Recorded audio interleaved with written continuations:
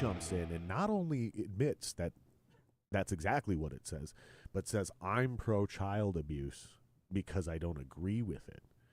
And so now that person will never talk to me again. Now we're here. That person will never talk to me again. Like, that bridge is burned. Well, but here's the thing, is I will die on that hill. Good riddance, that one my matters. friend. That one matters, though. Some swords are good to die on. Donald Trump, Joe Biden, that doesn't matter. Kamala Harris, And none of it really none of that matters. matters. That They're issue, all scapegoats, dude. that issue mattered, though, and that's where I'm like, no, I don't care. If you don't want to ever be on the podcast again, if you'll never book my band again, fine, I don't care. Like, That's fine. This one matters. I feel like that's not a loss of yours.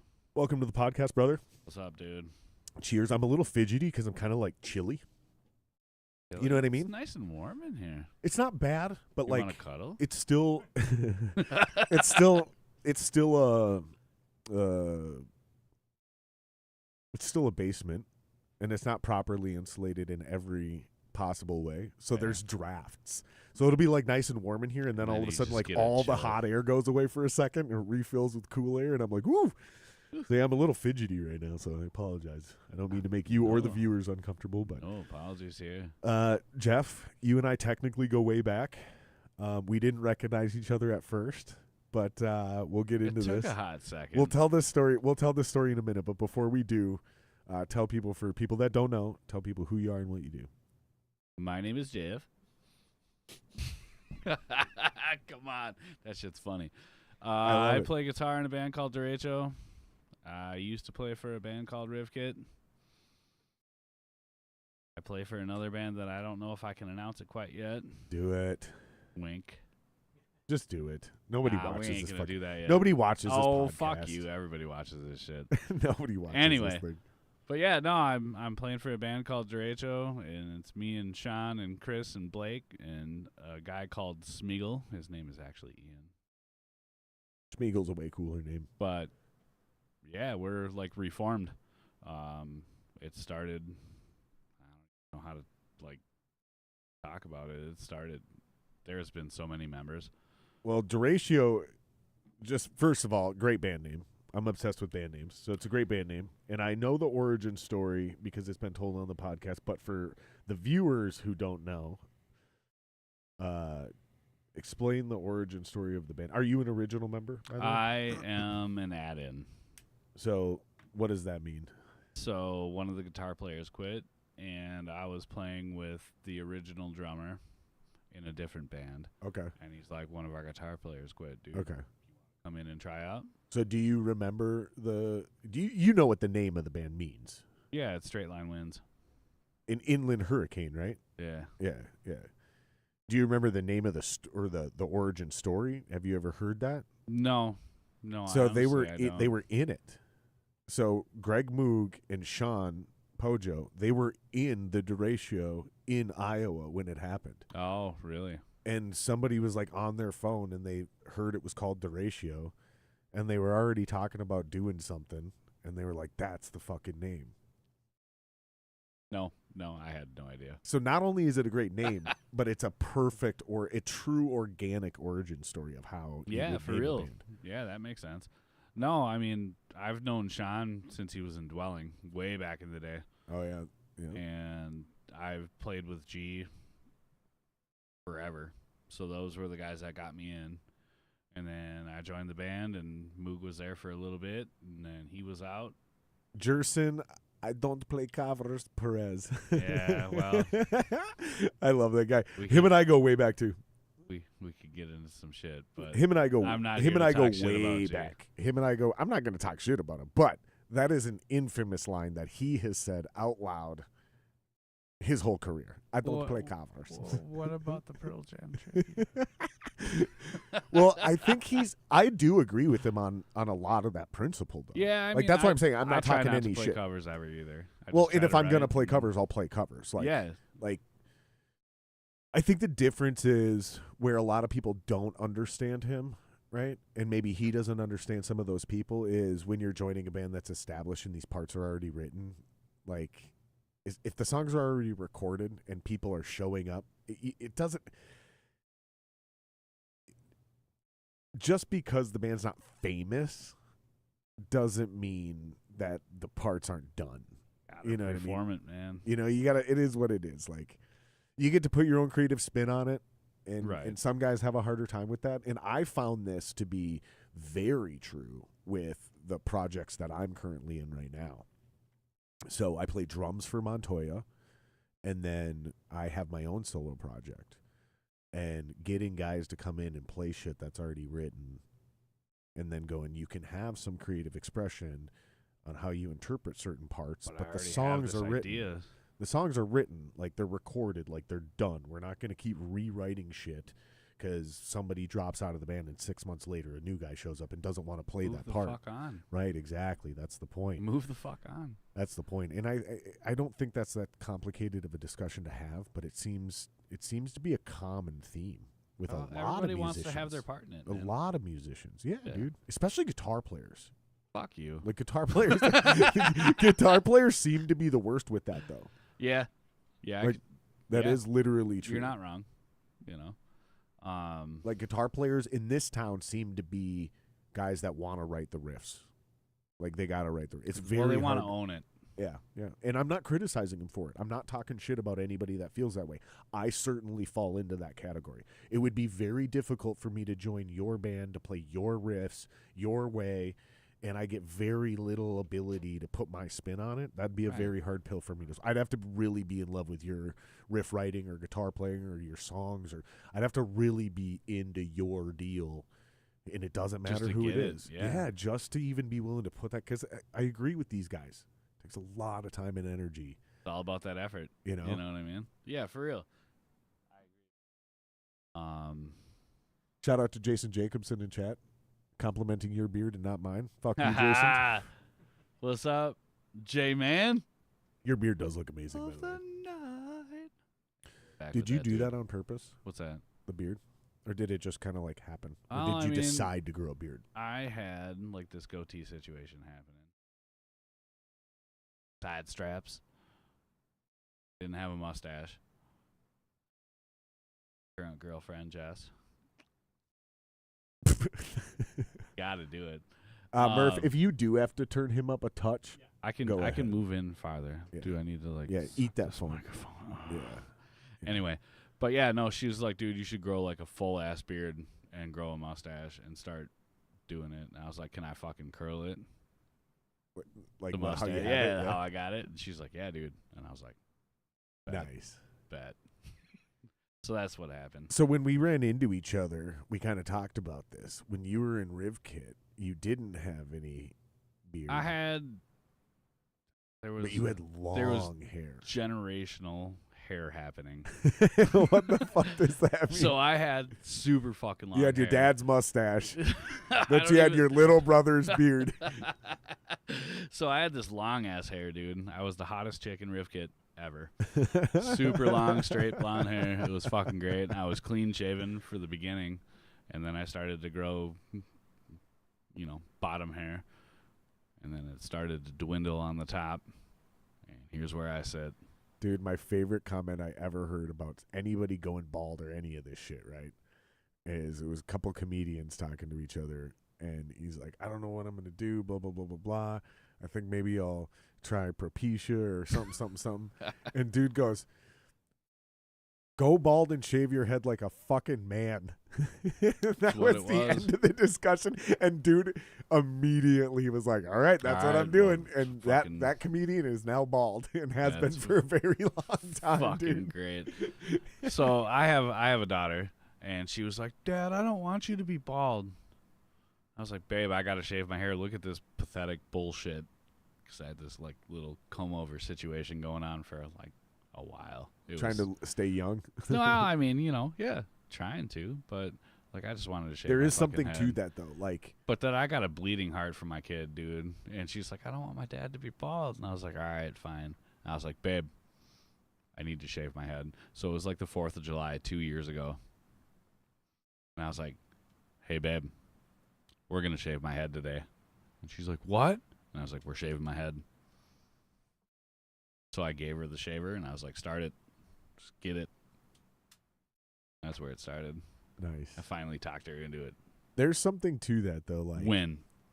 holding on to your hair as you lose it makes you look older, but once you finally shave it, you actually look younger again. You're not wrong. There's something weird about trying to hold on to hair that just, like, dude, everybody it looks knows like you're old. shit. Get rid of it, exactly, dude. dude. Just shave it the fuck off. I'm slightly worried about it because I have a bunch of fucking moles on my head, like legitimate big bumpy moles. Okay. And I just have a weird shaped head as well. So it's like, so far so good, thank God.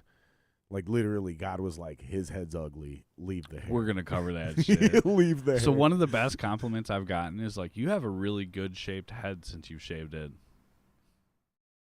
All right. It's a thing. It's a fucking thing. It's a so. thing, dude. It's a thing. Because guys with weird shaped heads that also go bald, people take pictures of them and put them on the internet. They fucking do, and they talk so much shit. Look at this fucking milk Look dud at this in front of me. fucking dude. It's like milk dud thrown down the stairs. The fuck? It's a thing, bro. It's totally a thing, man. The other cool thing about being bald is, and I've heard soap bar. I've heard It's the only thing I use in the shower. Oh, I never thought about that. Oh, it's fucking great.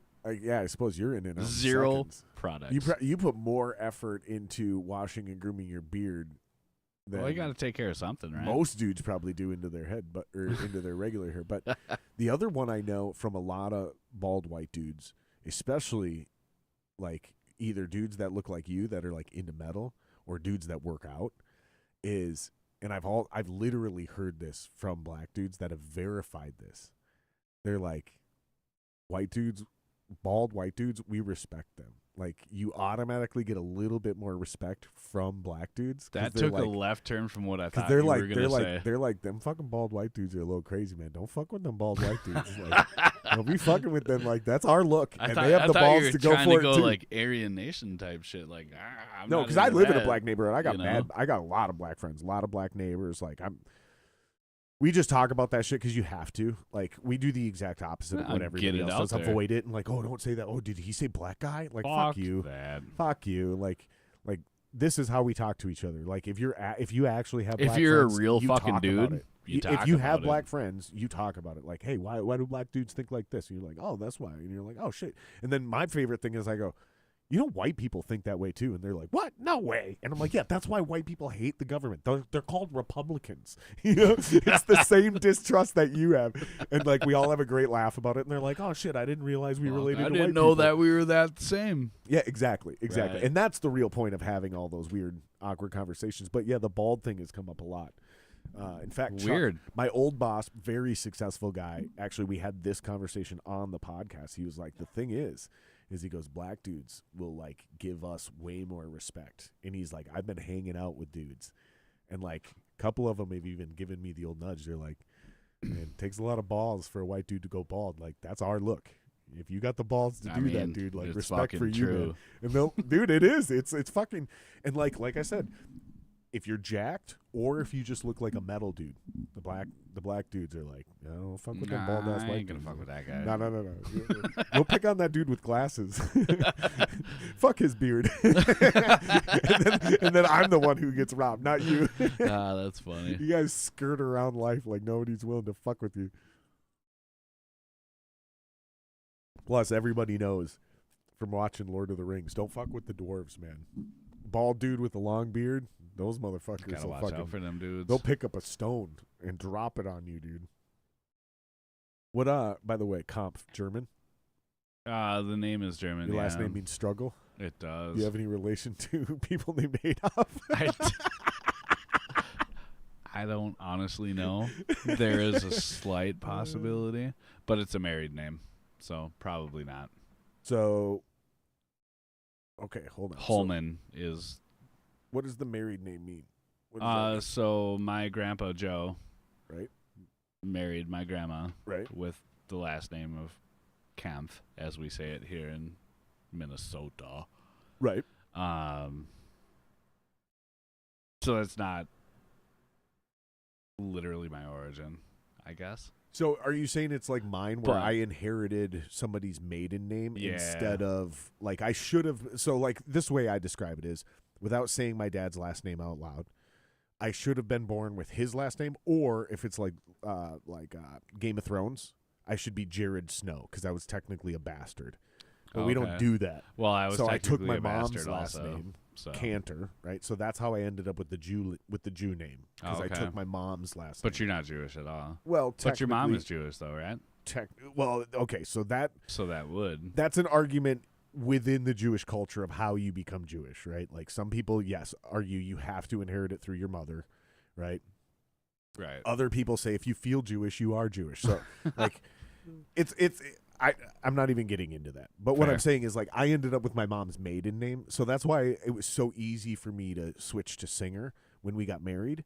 Because for me, I was like, well, I'm just going to translate Cantor to English like any other immigrant would have. Because that's literally what Cantor means. It's the literal Yiddish word for singer. Oh, okay. So I was like, we'll just do that. Because Kate was like, I don't want to be Kate Cantor. She's like, it sounds like I'm doing the weather, you know. And she was like, kind of resisting me a little bit, you know. And her dad was like, keep your name. It's a strong name, and it's a horrible last name. And I was like, and I don't want our kids to have a different. Like, I want to be a family. So I was like, here's what we should do. We'll create our own name because I'm not really a Cantor. Right, I was raised by a different dude with a different last name, so for most of my life I went by his last name. And then my mom remarried, so my mom doesn't even have Cantor anymore, right? My little brother's got her new name, which is his dad, right? And I'm like, this just doesn't make sense. It's all fucked up. We're gonna fucking just hit the reset button. The Cantors will live on. They have plenty of male descendants to spread that fucking seed. They'll be fine. We're gonna do our own thing. Really fucked up? Yeah. My stepdad's last name is Reich.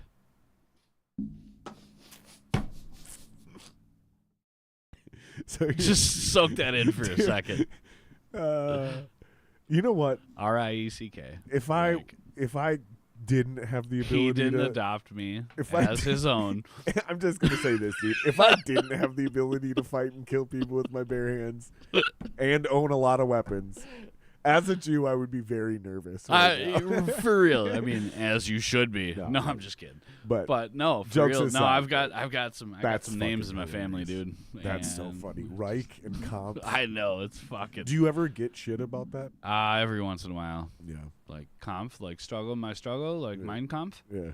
I'm like, well, yeah, but not really because I don't know. It was a married name. If you did what I did, we were here before that name became our family name. That's legit, right? That doesn't help, but it's legit. It doesn't help, but it's true.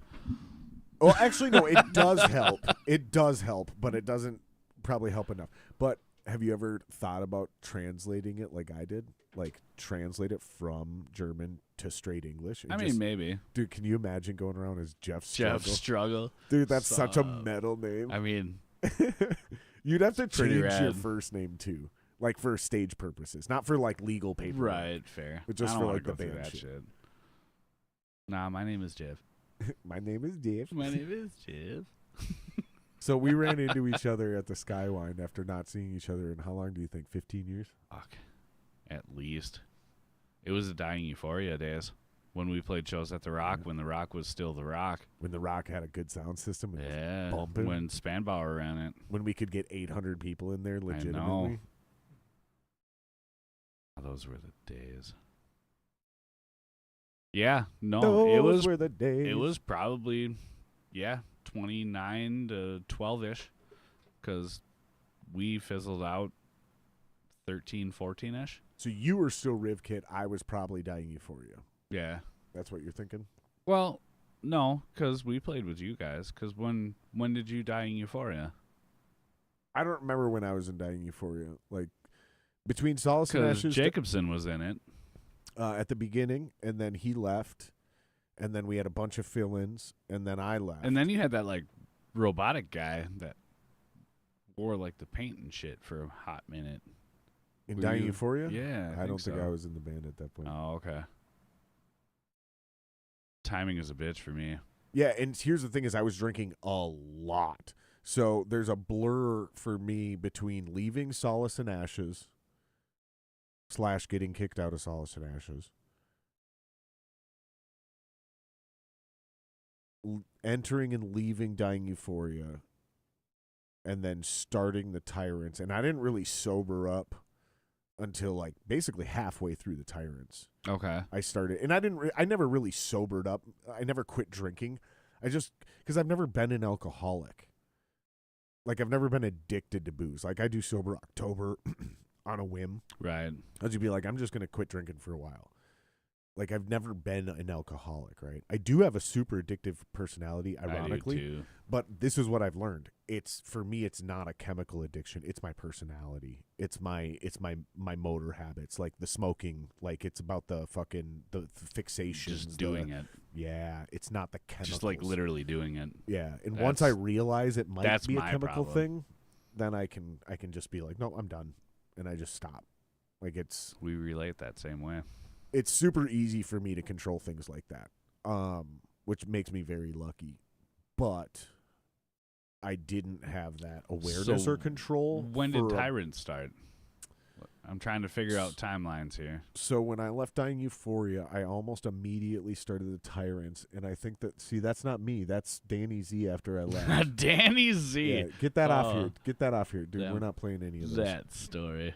No, I'm not against playing Dying Euphoria videos. We're not playing Dying Euphorias with fucking Danny goddamn Z, who literally tried to replace me. It was like single white female, but with me. I have to laugh off of the microphone. This is real. No, this is fucking real. This happened. Holy This motherfucker fuck. tried to be me for like 3 years, dude. Yeah. It bothers me still to this day. Anyways, Wow. clip that.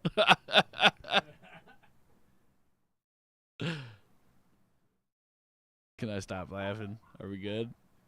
To answer your question though, I don't remember exactly how old I was, but it was almost immediately after I left Dying Euphoria. I had enough time to where I was like, I'm gonna play drums now. It's something I've wanted to do for a year or two. Because you were in Dying Euphoria in Rivkit's prime time. I don't even see that's an interesting Do conversation. you remember? Let's have that conversation. Do you remember Tony or or of course Mike I remember Tony from Rivkit? No, Like which no. Rivkit do you remember? Is Tony. it Tony or Mike? I remember both of them, but like, let's have this conversation. Just so the conversation is perception. So from me as an outsider looking in, because Rivkit was already doing shit when I was coming up through 7 months of nothing into Solace and Ashes. Sure. Okay. I felt like Rivkit's prime, right, was somewhere with Tony before I knew you guys. Sure. So Because when I met Rivkit, all I remember is like somebody saying like basically none of the original members are there anymore. It's just Tony. I was the 16th member of Rivkit when I joined. So, but I don't want to speak too assertively on this because I don't remember. I met you guys so late in the game. Sure. Right? Because I was so young compared to that band. Like, Rivkit had been around for a while. Dude. They'd been around for but quite then a while. I do remember Mike, and I do remember you guys hitting another stride. Like, I remember you guys recording this demo and, like, doing some really cool shit for a while. We slapped out a couple of EPs. So explain that. What was going So on? I joined. Joining to all of I that. joined Rivkit in 2005. Right. Yeah. Stop playing Danny Z videos, you fuck. God damn it. That's it. I'm docking your pay. So yeah, fucking Rivkit, dude. I was in a band called Selfless with Jerson. Across the hall from a band that moved in, and they were called Rivkit. And we played shows with these dudes, and they were fucking rad. Like, they were fucking rad. And they had some member swaps and a couple of things. And I remember talking to those guys. Well, we'll get into that. But we were in the Griggs building over St. Paul, down at Cooler Sound, where Glenn had his first Cooler Sound. And they moved in across the hall from us, and they were like, who the fuck are these guys? They're fucking cool. They were young dudes, right? And so we were like buds. And then we moved out. We went to Profile. And we were playing shows with these dudes for a couple of years. And, I mean, honestly, from there, it went to a situation where Selfless broke up. I was in a band called If I Had a Voice. For a hot minute, I was playing drums too. I played guitar for a minute, but then we fired our drummer from that band, and I was like, well, I'll play drums. And so I started playing drums with them, and then Tony from Rivkit called me, and he's like, dude, Scott quit. You want to come fucking play guitar in Rivkit? I was like, fuck yeah. Like, fuck yeah. No doubts about it. They were doing good shows and shit. Yeah, by this they point. were. Yeah, they were. And I don't know. Scott had some personal issues, and we're not going to talk about that because I love Scott. He's a good dude. He's a really fucking good dude. Shout out to Scott. Hell yeah. And I took his spot, right? And then we were a band for a while. We were playing good shows. We were doing good things. We recorded an album, put it out, and then Head Charge was starting to fall apart a little bit, right? You remember that? Where they're crumbling, they're losing all their members. I mean, and they tried to take Nick, our other guitar player from Rivkit, and Chris, our drummer. And they tried to like take him into Head Charge, and Nick went. So he was in Head Charge for a little while. He wanted something a little bigger, a little better.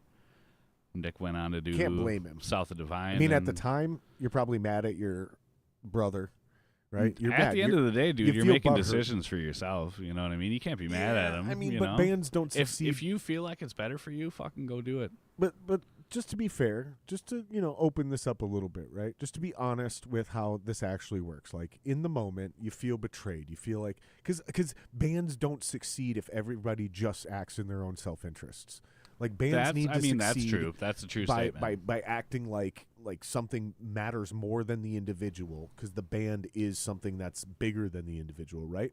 So because you're all pouring your heart into the same thing, exactly, right? So in the moment you feel deeply betrayed when somebody leaves for a bigger band, because you feel like, well, if you would have stayed with us, we could be that big band, But I see it differently. As soon as you get older, in retrospect, no one ever blames those guys for making those decisions. Not at all. And like we'll get into the later rib. Yeah, and I want you to keep going, but I just wanted to pause there for a minute because it's absolutely. Like, you can't blame these guys for joining American Head Charge because that's their shot. Dude, they were to the make fucking it. up and comers, dude. Exactly. They were fucking killing it. And that's that guy's shot to make it, right? That's what he tried to do.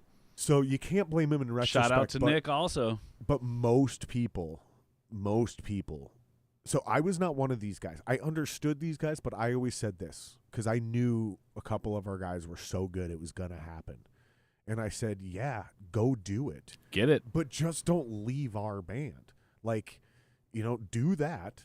And then if we have to find a fill-in because you're busy on tour with them, right. Fine. But, like, you're still our guy. And, like, what you do is you try to help out our band. Like, because there will be a moment where you brush arms with so-and-so and you give them a CD. And your proverbial Head Charge can't do yeah. this tour. But you're maybe like, hey, I'm actually in this other band. Like, we could do it. We could easily fill in. Yeah. And then they're like, oh, okay, cool. Yeah, because we know you. And if you, okay, yeah, you got another band. Cool, perfect. Right. And that's how this business works.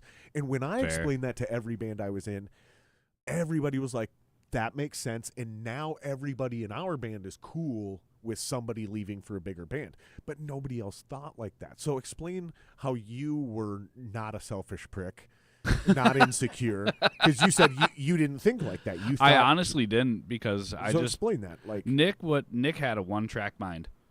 He wanted to tour the world, play his music. Like that's what he wanted to do. And he ended up in Head Charge, and he toured with them with their Ridicule for a little while, and he ended up moving down to Texas, and he started a band called South of Divine. They got somewhat popular, and then somehow he ended up playing for Powerman 5000 for a hot minute because he was one track. I want to tour the world and play guitar for a living. That's what I want to do. And I was just like, well, fuck. All right. Well, it sucks because we lost our other guitar player. So I'll come back to that. But he ended up doing the South of Divine, the Powerman 5000, and then he met his current wife, Sagan, from Hail Sagan, and now they're being a band. So he just followed his path. Good for him. You know what I mean? And I think Rivkit was a jumping point for him. And he was in a really good band. Come on. You're welcome. We were pretty cool. and he just found a different path, and he's just like, well, Head Charge is bigger than what we're doing, and then this is bigger than what I'm doing, and that's way bigger than what I was doing, and then right. He you know treated what I mean? it, and this is the thing. He is just treated it as his treated career, it like a business. Yeah, which it is, and he treated it like you would treat any other business, where you start off in retail as a cashier, and then you or become a stocking shift leader, shelves or whatever and the then fuck, you become you know? the fucking day or the night manager. Then you become your own store manager, and then district manager. Right. Like, and then you're the GM or the regional manager. You know what I mean? He just built his empire, and fucking good for you, dude. Exactly. That's what Like, I'm saying. Great like, job. I just found out recently that good for you is often interpreted as like a shitty fuck you. Oh, I did not. When mean I that. say it, that I is do not mean it. that that is way. not I mean how it I 100% genuine. Yeah, I mean that was genuine from here. When I say good for you, I'm like, good for you. Yeah, good for you, dude. Fuck yeah, dude. Great job. Because unlike But most so of the he world, quit, I love and the success guy stories. that quit the band, Scott, that I filled in for, came into, and we played some shows, and I played with Nick for quite a while, and Nick left, and then we got Scott back. So I was like, I never imagined right. that I was going to join Ribkit without Scott, because he was like Right. one of the original fucking guys from like way back when. Right. You know, Chris is the original drummer. He's the only original member. And then, well, Tony was, but then there was some legal shit that happened at a show, and, you know. You're talking about the DUI thing? Yeah, kind of. So we've talked about that on the podcast. Well, It's already he up fucked up, and So- we called him out, and there. Well, we'll just we'll fill in the gap brush here. the surface, because I'm not here to talk shit about anyone. No, we're not talking you know? shit, but it happened. It's public record. It's part of everybody's journey. But on the way to Milwaukee, or not Milwaukee. No, Metal it was Fest, Mille Lacs. Metal Fest. Yeah, Jack's on Mille Lacs, dude. We on the way to that festival, Tony got a DWI, and He did. We got him bailed out. I didn't contribute because I was like, There was a guy from Alexandria. I think didn't his have any name was money. Brandon. I didn't have any money, and I was like, nah, fuck that. I'm Dude, not bailing you out. There for was a DWI. guy from Alexandria that fucking loved Rivkit, like was and obsessed. he put up the bail. I feel like he totally did. I know they And- did get a bunch of money from people. I think they had come up Did with they like, go gather? yeah, and I All feel right. like they had hit like $400, but they needed like $1,200, Sure. and so I think I think Brandon fucking did it. I feel like his name is Brandon, man. they He went on was- late. You guys went on late. We were You the went on last, late. Yeah. You weren't supposed to go on that late, but once we knew you were getting out of jail, everybody unanimously, every single band was like, of course. So they just switched slots because we're like, if you're gonna get out of jail, We and weren't drive gonna here, fucking leave Minneapolis, Dude, because we were like, what the fuck? He's in jail. but we were all like, but if they're gonna do it, yes, let them play later because this is the most metal story of all time. Right. Like we were so proud. it of was you guys. it was literally a recumbence. Yeah, it was you like, know? okay, Tony fucked up, yeah, but the fact that they're gonna pull this off, yes, we will switch. And it wasn't us switching slots, but I was in that room when that conversation Okay. happened, and unanimously everybody was like, "This is metal as fuck. Of course we'll let this happen." Because normally it would be like, nope, they're late. No, Their they're slot's fucked. their slot. You're No, done. Fuck them. Yeah. We're going on at 11. We're going on at 11. We're not. But everybody was like, no, we'll do it. So everybody it just worked bumped out forward. like one it and, literally worked out. It and was, you guys had a good set. I remember that. it was night. pretty rad playing in a softball field. Dude, we played earlier that day, dude, and it was. I remember Because this- they had like indoor and outdoor show going on. So they No, had like they the had room no- indoor going No, on. the indoor thing was the party and like. Oh, was that like the remember DJ? they did like the and- wet T-shirt contest and the yeah, DJ they and shit? did. Dude, I just remember when we played. I remember this dude did a backflip off stage and face planted in, Fuck, in really? the dirt on that softball I didn't field. fucking see it. Yeah, dude, Oh, fucking man. Jeremy Blake. If you're in chat or if you're watching this, throw a comment. Where are you at, dude? Dude, because I guarantee, or no, because Jason wasn't playing that show. Jason's got some questions. Do you remember playing at Slick's house with Tony? I don't think that's me. I think that's you. Playing Slick's house with Tony. Holy shit. That's not a question for me. No, I don't, Jace. I don't. But no, he's talking to you. He's saying The that was after second- you filled in for Tad when he flaked. Because Tad was the fucking guy that came in after you for Dying Euphoria. So, So Tad is the guy who right? was the Am I fucking wrong? So Tad's the original lead singer. But he came back. No. I think he came back for a hot minute. No, that was Danny Z. I could be wrong. No, So it wasn't Tad, Danny Z because I fucking remember Danny Z. It went Tad. Oh man, I remember. It went like Danny this. Z. It went Tad, me, Danny Z, Joe Knox, and then technically, after that, it was a bunch of fill-ins. So Eric Kai's filled in for a while. I came back for one show. Just randoms type shit. Yeah, but I don't think Ted has ever come back, or Tad. Fuck. But no, that second question, or that the Slicks house with Tony. I'm pretty sure that's a question for you. The second comment. You remember is for me. partying at Slick's house with Tony? No, I fucking don't. Yeah, that's. Exactly I don't know what what Slick's house is.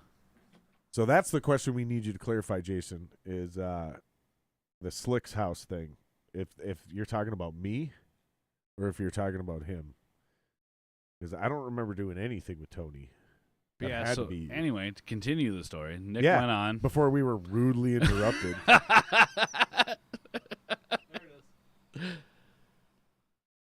Slick was my dad's townhouse. Oh, he said partying at Slick's house. Oh my God. Okay, I do remember this. Okay. So I remember this because because we all woke up the next morning and Tony from Ribkit, his makeup had melted off of his eyes and his bald That was ass, back in the Black Eyes days. Dude, so yeah. Okay. That was a little bit before me, I think. So okay, hold on. Okay. Hold on, because we're definitely clipping this. Okay, so here's what happened. So we played this show, and Tony was with us. I don't know if we played with Tony the night before, but we partied. But he somehow ended partied up there. at Slick's Dude, house. he always ended up there. So we wake up the next morning, and we're all kind of laying around, and Tony with his bald ass and his black makeup that had like melted off his face like a football player, right? It was like running down his eyes. So He's bad. walking across the fucking room, and Ryan Zimmerman, Rain Rain, yeah. He goes like this. He goes out of nowhere, dead silence. He goes, ba-da-da-dun. And the entire fucking room dies laughing, dude. Oh, you This gotta be motherfucker- fucking joking. Dude, That's fucking and there was like wonderful. There was like 8 or 9 of us all sleeping on couches in the floor, just dude, everywhere. Yeah. ba-da-da-dun. Dude, it was one of the greatest memories of all time. Thank you for reminding me of that, Jason, because I forgot that ever fucking happened. That's holy so fucking fuck, hilarious. dude. That's gold. Oh, my man. God. See, these moments, these memories make all That's of it what makes worth it all real, dude. It makes it all worth it too. Yeah, for Like, real. Oh my God, I'm gonna be 70 years old with dementia, and that random memory is gonna pop in, and I'm gonna die. And you're laughing gonna in the fucking old laugh, folks' and home, nobody's gonna and know no what the one's gonna fuck you're know, laughing dude, about. and it's gonna be perfectly okay. That's great. And where's my pole? So yeah, we came down to that Mille Lacs show, and we were in our practice space, and we were like, well, Tony fucked up a few times. Now, like I said, I'm not here to talk shit about Tony. Him and I had some beef here and there. At the end of the day, it was I see all what good. you're saying. I see what right? you're saying.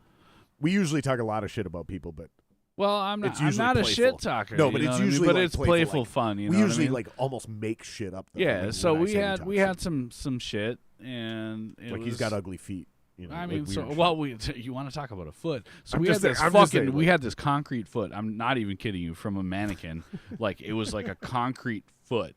I don't know if you guys can tell on the internet, but it was like a concrete foot, and he used to bash the shit out of our fucking PA system, going check, check, check. Really? And it was this old like church PV system, like a 12 or a 16 track fucking mixer board, like big old thing with wooden sides, right? And there was a fucking giant dent in the top of it from him bashing it with our foot. Why would he do that? Did you ever ask well, him why he did it? Because I Is don't it know like if- a weird ritual? Did you he grow had? up when I grew up when you used to smack the shit out of TVs on the Yeah, side of them to yeah. fucking get them to work? Yeah. Well, he would smack the shit out of this PA because it would just like Okay. scream dude. Like Okay. there was some Okay, so there was was some bad fucking wiring in this thing, right? Okay. Yeah. So he's just trying to get it to work. That makes sense. That's a funny story because That it was actually makes every sense. fucking practice. I had one of I'm not those even kidding PAs. you. I know what you're Oh, talking they're about. the fucking It was worst. one wedge monitor on the floor I had to smack on the side. It Right. would start whistling. Yeah, you have It to would start fucking- whistling. Sometimes you just gotta kick it a little bit. I mean, now I know you should just unscrew it and fucking resolder And that wire just, that's you know, clearly loose. But yeah, try when- to fix it the right way. when I was but 14, I was pretty stupid. yeah, we didn't fix things the right way back in the day. But we were in our practice space and we were all like, "Well, what the fuck are we gonna do with Tony, man?" Because he had some issues in his personal life that I'm not gonna bring out to light. But this arrest on the day of our show that we're supposed to play, we were supposed to meet him there because he was up there the night before camping with everybody and fucking partying and doing his thing, and he got caught, man, and we called him out, and we were just like, all right, well, that's it. We'll come up there. We're going to play the show, but it's the last show with you, dude. You're fucking done. Well, bud. it wasn't really like that, but it was just like we need to fucking have somebody that's not. Did it end up being doing the that. actual last show? Because I feel like It he did was. 2 or 3 more after that. Nah, that was it. That was it. That was it. And then we. Well, good for you guys, man. Not to fuck him over like that, man. Like, that's a real character move. Because a lot of bands would just be like, "No, fuck him." Fuck you, dude. Yeah. You're done. Like, I'm really happy Have that fun you at guys your did that. show that we're supposed to play. No, that's respect. know. That's respect. So we tried. No, you did the right thing. You And guys did so- the right thing, dude. Sidebar. So Chris, my drummer, Chris Vinci, I love that fucking guy. Him and I started doing this little death metal project about Jesus and poop called Asphyxiation by Defecation. Oh, that's. It very didn't really fancy. make it out, but we really we had like 13 30-second songs because we didn't have a singer, so we were like, well, we need to fucking Do you think the Lord do was something. like? Did you think the Lord was like, I can't let this come to? I pass." mean, probably. He was up there going, I love freedom, but not this much freedom. I can find it on the He internet goes, I'll somewhere. show. He just goes, to I'll show you. them a poop joke. I'm gonna shit all I'll over shit this all idea. over these motherfuckers. But no, not we were this just dream, boys. we were just fucking around in between trying to find a vocalist, and then this fucking kid comes in, and his name is Mike, and I was like, yeah, dude, I think this guy's gonna be the guy. And everybody's like, I don't know, man. I was like, let's give him a chance. And we gave him a chance, and we got 5-6 years out of it. It was pretty sweet. What was the coolest thing you guys did when you had this new era? Just the same shit. Big shows. Like, but Pretty like, good what draw. What was your favorite moment? Recording, Really? honestly. What was it was- stuck out about that recording versus other recordings? It was super comfortable. There was never any arguments. There was never any, like, beef in the band, in our practice space, ever. Like, Was ever. this unique, I have or never was it been just in a different band. in a slight way. Well, actually, up until Rivkit ended, I've never been in a band that doesn't argue and fight and get pissy. You know what Sure, I'm talking yeah. about? Yeah. With Rivkit, we never had that problem. So, like, back in Selfless, I had a big problem with timing, and G was a really big stickler You mean of you being on time us playing the in songs. a part, not like to yeah, rehearsal. no, like just playing to a click track, right? So like Jerson like coming on the himself, fucking one, you were a little sloppy. You mean right? Or just the whole song was 40 BPM fast. Oh, You know what I mean? Like, No, Again, I'm I not don't trying know to what you talk mean. shit No, about no, a no, guy. I don't know what you mean. So you were Jerson struggling would to never just stick to a would click? never play to a click, right? Right. He wouldn't, because he's an organic drummer and he just wants to play how he plays, and with Right his or wrong, emotions, okay. right or wrong, however Okay, it is, whatever. and that's fine. But I was like, dude, we need to play the songs the same way because riffs are written a certain way to feel the same way and like just Oh, really bring that feeling in, right? And then I joined Rivkit, and Chris like has a fucking click track in his ear. Whether So he's playing to a click, I or didn't not. have He has to- a great I didn't meter. have to Is look- that what you're saying? I didn't have to look back and go, when are you going to come in? Like, he played it the exact same every fucking time, all the time. And it was such a beautiful transition when I joined Rivkit because, like, he was just, like, fucking on time all the time. Right. So I could just play riffs. And, like, I didn't have to worry. You know what I mean? Interesting. And then I joined again with G, and we had the same problems. And it was, like, 15 years later. And I'm just like, what the fuck, man, just play to a click. And he's just like, I don't want to play to a click. I play drums. And he's fucking amazing. He's an amazing drummer. Yeah, he is. He's an amazing drummer. Yeah, it just didn't work out. Some guys struggle to adapt. It just didn't work out. I'm one of those guys. I'm struggling to adapt. So it's not one of those things where we're singling anybody out. This is a personality. It's just a straight up. All musicians. It's a straight up conversation. You know. And it's one of those things that it's a personality trait of all musicians, and it's to what degree do you suffer from it? And I can sympathize with these guys, man. I don't want to play to a click either. I can, and I will if I have to. Why don't you want to? Because as a drummer, for live music, and I'm saying live music. Okay. So when I record music, it's to a click. Okay. But live music, and I have a very good meter as a drummer. Like when I set a fucking tempo, we're pretty much. This is what we're doing. Like we're pretty much on that tempo. And I'm pretty good at like getting very close to the correct tempo just in my brain. Meaning I don't start a song 10 BPMs light of where it should be. Just to try to build it back into it type of a thing? Or? I'm just saying I just don't. Like if we're hitting 180, because I count on eighths, so it's 90 if you count on quarters. Sure, yeah. Whatever. I'm coming in at 88 or 92. Like I'm very close to correct. Close. And I'm pretty solid on staying at that. Do you hold it? Yeah, that's what I'm saying. I'm pretty good at maintaining that. I've been told this by other guys, like a lighting guy. Lighting guy I used to have come do Tyrant shows. He goes, you have one of the best meters I've ever experienced. And I go, really? I was like, I know it's pretty good, but like, I was like, that's surprising. He goes, dude, I swear to God, every song, you counted off, you came in, I tapped all the lights and got it pulsing to your rhythm. Just and kind you of just fucking stayed left on it, dude. And then I was like, I wonder if subconsciously I'm vibing with the lights too. Yeah, that could be. Like, I don't know, but maybe that's the metronome you I've never needed, had anybody complain about my meter unless they struggle to play to a click. Like if a guitar player struggles to just play to a click, he'll be like, "Oh, you're playing it too slow, or you're not playing it, whatever." Right. And I'm like, no. Shut up. And I've gotten in this argument. I've been like, the click won't lie. Like we're gonna figure this out real fucking quick when we go to record this demo. And I was always fine. Like there's never been an issue with that. Close but enough. To answer your question is why I don't like doing it live is because I think one of the beauties of live music are those subtle tempo changes between a part, right? Because you want everything to be real solid and perfect on a record because there's other things happening.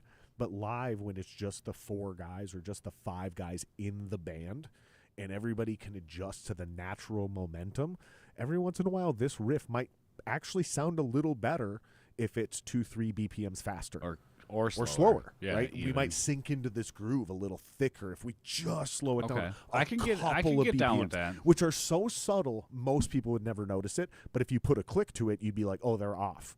Right. And this is the beauty of old thrash metal, Megadeth, Metallica, even going into bands like Ozzy Osbourne, Pantera, fucking Skid Row, like these fucking like super high energy hair metal and thrash metal bands from the 80s, Van Halen, all the way through the early 90s, dude. There was this organic thing that they had going on, and they weren't playing to a click because it wasn't practical. Guys just had to have good meters. I don't even think they had the technology to do it.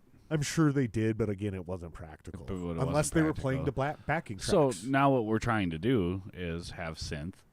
Yep. And have bass and I'm not saying you should have no, like that's what we're trying to do is like have backing shit to make us sound fuller and bigger and better.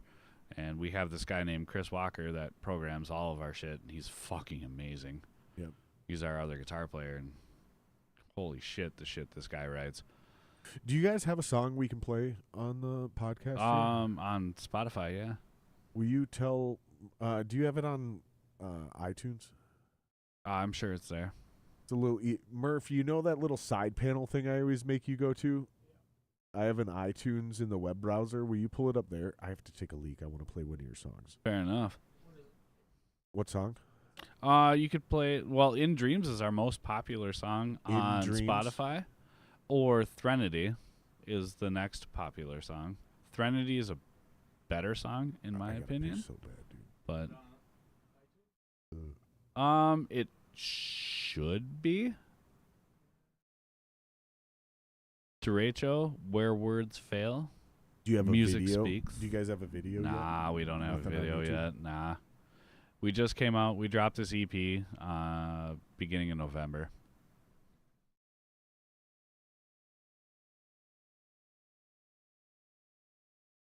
We gotta fucking speed this up, Murph. I gotta piss. Like, are you on iTunes? Oh, fucking A. I don't like being on Spotify, dude. Spotify has a whole different algorithm that's like hard to. It course should be it's under under their band name. Derecho. Derecho. And there's a bunch of other bands called Derecho, though. That's the problem. Oh, god damn it. So your best bet is to search like Threnody or In Dreams of La Folie. I can spell that. Oh my god, dude. You guys are the worst. It's not my fucking fault, But dude. everything you're doing, All I do is I'm play gonna give you some guitars, hard advice. man. I'm going to give you some hard advice because I know Sean's going to watch this. So I know whoever's he's gonna fucking watch it. Whoever's naming this Sean! shit, Sean, whoever's naming this, stop it. What did you say? Threthrium? What the fuck? Threnody. What the fuck? Dude, who's going to spell that, dude? It's a funeral song. Cute. Anybody who has struggle spelling. Cute, he says. Anybody who has struggle spelling is going to be like, what the fuck? Any part I couldn't in even that remember shit. the name of the song. I just write riffs. And then, what did you say? In Dreams of Lawfully? It's a French song, yeah. Fine. What the fuck? We speak English, bro. Simplify everything. I didn't Make fucking it name easier. it. Threnody is Figure it out. Threnody. The fact that this is taking this long, I should just play one of my own songs. Here we go. Is that it? Yeah, that was it. Okay, we're gonna turn that down a little bit. Open that Focusrite controller in order to do it. Yeah, that way you can turn it down in the headphone feed because it's a. That was super loud. Well, when you play it through the thing, it should have a limiter on it, so it should be fine. So leave it for the fucking audience viewing, and then just turn it down in our feed through the Focusrite, and just do it through the headphones, because then I'll leave it up on the studio monitors. No, monitor output 1 and 2 is the monitors. What you're looking for is the thing that says analog out to hub, like 3 or 4. And it should say. Yeah, and one of them says podcasters. That's the one you need to turn down.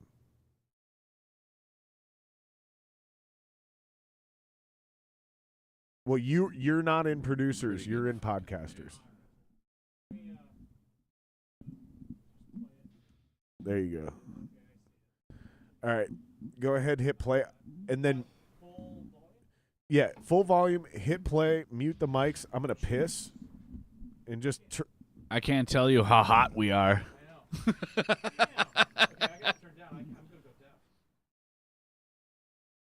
I'm not getting any of the music in my headphones anymore. Not right now. Every once in a while, when you tap the space bar away, I get it. I got that, yeah. So your headphones are just too hot, Steve. That's what's happening. All right, I gotta piss. Mute the mics. Let it rip.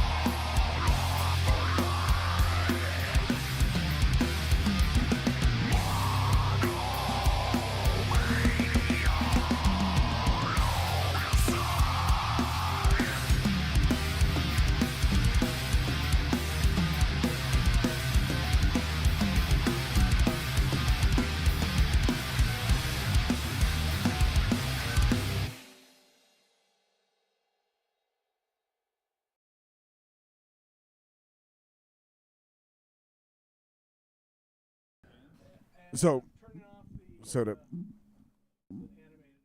yeah, that's fine. So to finish answering your question is yes, technically everything's fine, but it's just like this, like we'll just do it as we go. Shit's a little bit fucky. Yeah, it's just we just gotta. Steve's right. We gotta just fucking tear it down, rebuild Have we it from ever the ground not up. done anything that way?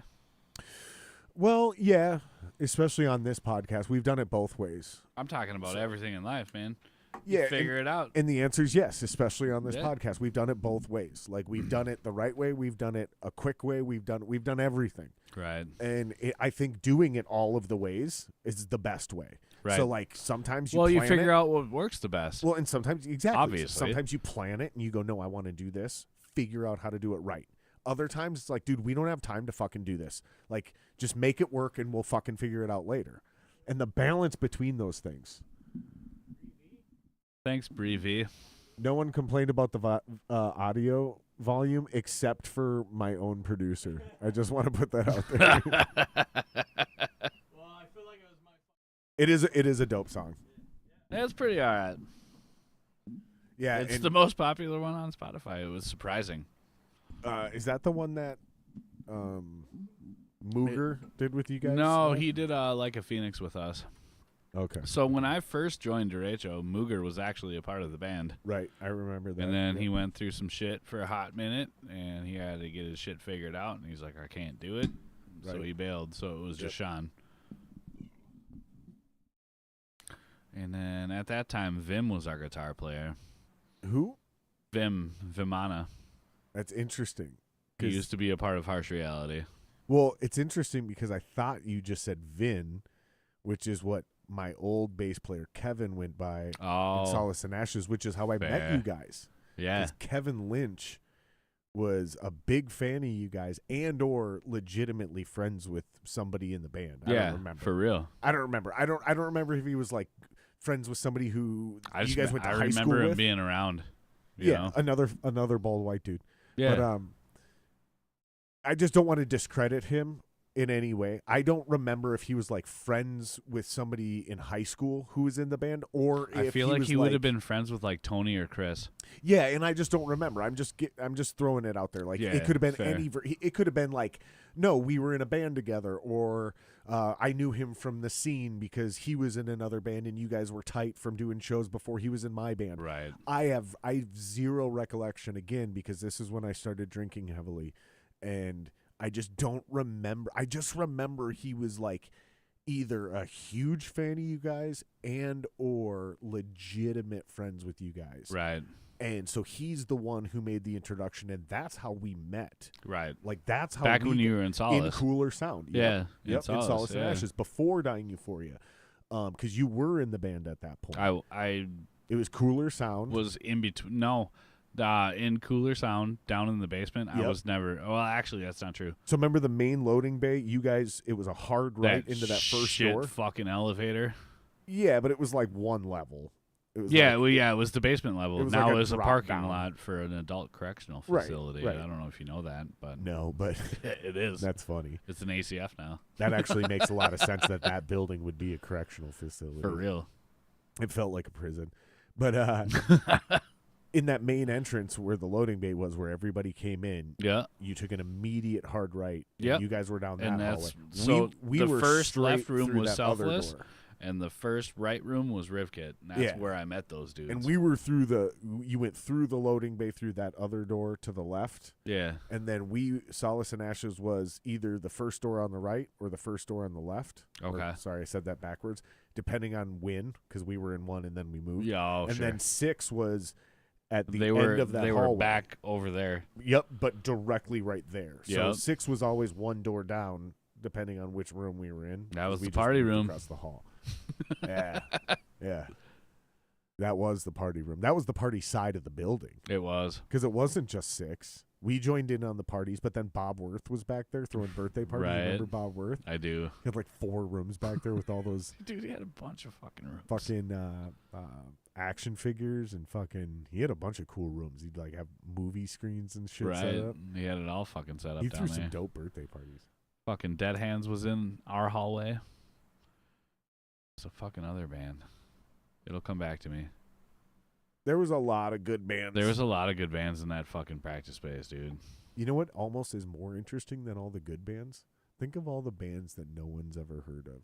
You want to know a funny 'Cause the thought that majority I of the always bands- talk about is think about how many bands you've heard of in your entire life, It's a lot. right? It's a bunch. Thousands. Literally. Tens of thousands Literally, even, yeah. right? Think about how many fucking bands in every single city that are everywhere that you'll never even hear their songs. They've never even played a show. That too. Like there's in this we've talked about this on this podcast a lot, specifically this exact That thing. fucking sucks. Well, it does, but here's how I frame it, which is there's literally millions of musicians who have never even played a show. It's true. You've gotten to play a show. I have. There's another tier of millions of musicians who have never played a That haven't second even- or a third or a fourth show. Haven't even booked a show. There's another tier of musicians beyond that never played in front of a legit crowd, meaning when they did play shows, it was just their It was a friends and couple their of friends in a girlfriends. basement, in a garage, or There's whatever. another Yeah. tier of people that never played in front of 500 people, and another one who never played in front of 1,000. There's another one who've never played a sold out crowd, whether it was 300 or 3,000. There's another one that's never opened for a national. Dude, the tier that even though nobody knows your name or my name, right? I mean, I know we're doing this podcast right now, but like we're not Metallica, right? Right. So technically we're nobodies, right? But even just the level we've gotten to is such a small percentage of the human population, because the work that goes into forming a band, writing songs, maybe even recording a demo, then let alone somehow Then figuring out a way to fucking book booking a a show. show. Like, just give us a chance to open. You know, like any of these things are like huge hurdles just for anybody to climb. That none of those accomplishments It's wild, should be isn't it? None of those should be what the fuck am I trying to say? Discounted. Right. Like none of those achievements should be discounted. Never. So people like me who've only played for, I don't know, I think the biggest crowd I've ever played for is 3,500. Like that's a huge fucking That's fucking crowd. large, dude. That's a huge crowd. Right? I say only 3,500 because there's people that play in front of 30,000 or 60,000 or 100,000. Nightly. Every Right. single night. Exactly. You So know? in the big scheme of things, it ain't shit. Right. But there's But a it's pretty fucking rad. there's a lot of people where that is the dream, just to get to that point. There's a Right. lot of people whose dream it is just to play locally in front of 150 people. They Right. they achieved a dream. You remember the 8-person shows? Oh yeah, where it's literally just the other band members. You want to know what makes me more nervous than anything? Playing in front of girlfriends and the other bands and their girlfriends. Yeah, the worst is Only. the silence. Dude, the worst is the silence. Dead room. Because it's like, there's like 35 people in here. Well, and even if you crushed, Oh, we'd still crush, but like that makes me more nervous than if it was 100,000 people. I'm not even talking about nerves. I think we're saying the same thing. I just use different verbiage. So Fair. I'm not talking about nerves. But what I'm talking about is like that awkward silence between songs. Even if you just played your banger song and you know you fucking nailed it, and you know everybody And you in get the like a crowd, couple of claps. exactly, because Yeah. there's no energy in the crowd. So And you're nobody in the crowd's What gonna the be fuck like, am I "Fuck doing? yeah!" Yeah, right? Like nobody's gonna do that because it's a fucking dead room. It's awkward. It That's is. the worst for me. That that's is the worst. Yeah, I agree. Have you ever been booed off stage? No. Neither have I. And I've heard that you haven't made it until you've been booed off stage. So I think I haven't made it. Well, actually, we got booed off stage before we even played. Really? Yeah. When So did do you that remember happen? that tornado that ripped through northeast Minneapolis? Well, it ripped through North Minneapolis. Like through North Minneapolis, and then it went through like Fridley, and so we were supposed to play at Bamboo Betty's one night, oh, okay. right over in Circle Pines, and we were loading up, and me and Brian, the guitar player from Ripkit, I'm supposed to be about Derecho. I'm sorry, but stories it's are about stories. you. This Stories are stories, This right? podcast is about you, buddy. Oh. So, me and Brian were standing outside. We were in City Sound Northeast, over off of 27th and University, right? I'm sure you know the place. We're fucking standing in the parking lot, and we're, like, looking at the sky like this. I'm like, what the fuck? And, dude, like, all the clouds were coming in, and it sounded like a freight train. but you could literally hold a cigarette like this, and nothing was happening, right? Yep. That was Terrifying. fucked up. It was really fucked up. And it literally formed, like, right above us, and then it tore the fuck out of Minneapolis, and it tore the fuck out of Fridley, and we were supposed to play Bamboo Betties, and that's where the tornado was going, right? Yeah. So we were playing with, I'm going to say this, and I mean no disrespect, we were playing with Samsara. Samsara. Right? Yeah. But we always said Samsara because it was a fun thing. Anyway, Ryan's a fucking great dude. I don't know most of those guys. Who was Ryan? He was the bass player. I know Logan, and I remember being really impressed. I remember partying with Logan. I remember being really impressed with the drummer of that band. He was really fucking good. That band was really fucking good. Yeah, they were the shit. I'm still trying to get Logan on the podcast. He wouldn't come on because he was one of those, like, he was worried during the pandemic shit with the COVID thing. He was one of those dudes. Fair. That's all right. Yeah, and I'm not judging him for it. I'm just saying that's why it never own. happened. And honestly, I need to reach out again because he said he'd do it. He just needed to be more comfortable. I remember that dude. We partied on Mike's roof one time with that dude. Sweet guy. Drinking tequila. Very sweet guy. It was fucking great. So we're supposed to play this fucking show at Bamboo Betties, and then there's like a motorcycle demo situation going on out where they have like their fucking rockets and they're doing wheelies and ripping around and shit, right? Yep. So we go to Bamboo Betties. We unload all of our shit, and Samsara plays, and, like, the whole fucking bar emptied out. Like, the whole fucking bar emptied out. Well, because it was too loud, and it was like... I don't want to say hick shit, but it was like hick shit. Like, I don't know, Circle Pines, dude. And so, and it was, like, older folks that were there for, like, the motorcycle demo. And they were all at the bar. They were eating their food, and there was, like, the whole fucking house was packed. And by the end of their set, there was, like, 3 people left. Who was this? We were at Bamboo Betties. Yeah. In Circle Pines. Yeah. And it was Samsara. Samsara. Yeah. So they played before us, and then we were supposed to play after them. Yeah. And this is when the tornado ripped through the whole fucking everything and fucked everything up. And they fucking cleared the room out. And the bartender comes up to us and he's like, do you guys always play this loud? Type of a thing, right? Wow. So it was just like this super complaint because it was like, I don't know, it was motorcycle folks that don't like metal. I feel like they were expecting some sort of a country situation or like a rock situation that they could just be like to.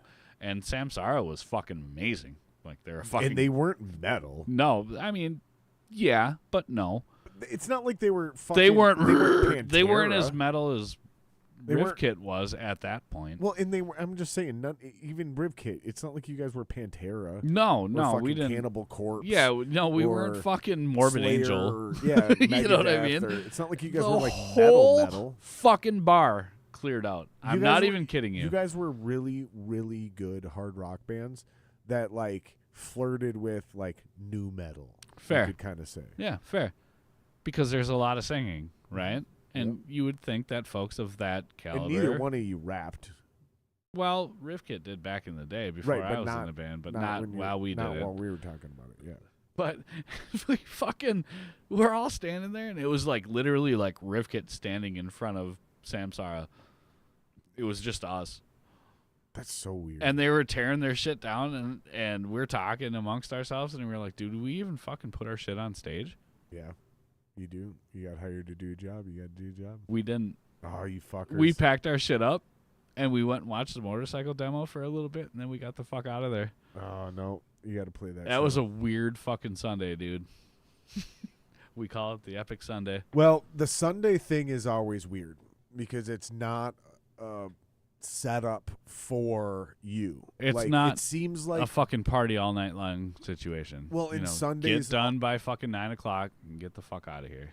Right, and Sundays always seem like a day for the music to be a backing feature for another event, like a hot rod show or a motorcycle show. Right. So yeah, a country band, a cover band, something that people can dance to. Yeah, you know that's what it's for. That's what it's for. Yeah, and we came in there and they thought they hired that. It just sounds and they like fucking didn't. It They sounds like the fucking booker made a didn't. mistake by not thinking this through. It right? was like super you could funny. book Samsara and Rivkit, and it would make sense if you're doing a motorcycle rally thing, right? And you're doing that on a Saturday night. Right, where the band starts at 7, 8 But this PM. was like an afternoon start at 5 p.m. type situation. Yeah. I'm seeing this flaw in this plan. But and that I'm was also literally seeing where the it could day have that gone well. tornado ripped through Minneapolis and fucked everything the up. tornado was well, the tornado might have fucked It people didn't up. deter the crowd. There was a fuckload of people in there. And by the end of Samsara's set, there was nobody. They're such a good band, which is surprising. And they're so good. It's surprising that they would walk a room.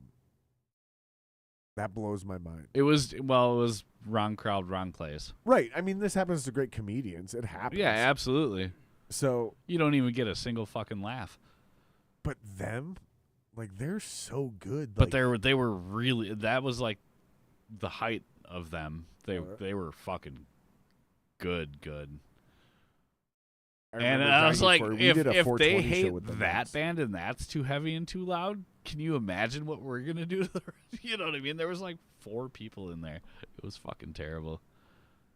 I remember doing a show with Samsara for a 420 show, and I remember being blown away by them, but I don't remember them being overly heavy. I don't think Maybe it's 'cause I was they in were dying never really euphoria. overly heavy though. They were just a fucking great band that had good songs. Yeah, that's what You know what I remember. mean? Like they could play any show. That's so They could crazy. literally fit into almost anything. That's what I'm saying. So I just can't imagine them walking any room. It's so people are so weird when it comes to that kind of stuff. But you got to picture like what I'm picturing. It was like mid 40s to late 60s people. in the middle All of up the day, in there, and it was like a bar in restaurant. the middle of the day. It's Yep. a bar I restaurant. know Bamboo Betty's. Yeah, you know what I mean? and I've seen good shows there. Yeah. Right, like legit shows there. All right. But I can also see That was my only time in that building. if you guys, let me put it this way. This is what I was trying to say earlier. If the motorcycle rally was happening and it was wrapping up around 6, 7, 8 o'clock at night, middle of summer, your first band of your night goes on at 8 o'clock and it's booked as a way. So this is what they should have done is they should have booked it in a way where they're thinking the motorcycle crowd and this rally, that's going to fill our bar from noon But to it was all 8. like sport bike shit. Hear me out. Doesn't All right. matter. Doesn't matter. Fair. All right. They're going to fill the crowd and the bar and eat food and drink from noon to 8 p.m. And then as this rally starts to fizzle out, right, we're Then going to the have this bands band start. show up. And starting around 8 p.m., their fans are going to show up, and it's going to be a transition between the two things. Right. Okay? And so The we're ones gonna that have, like it'll stick, and the ones that don't.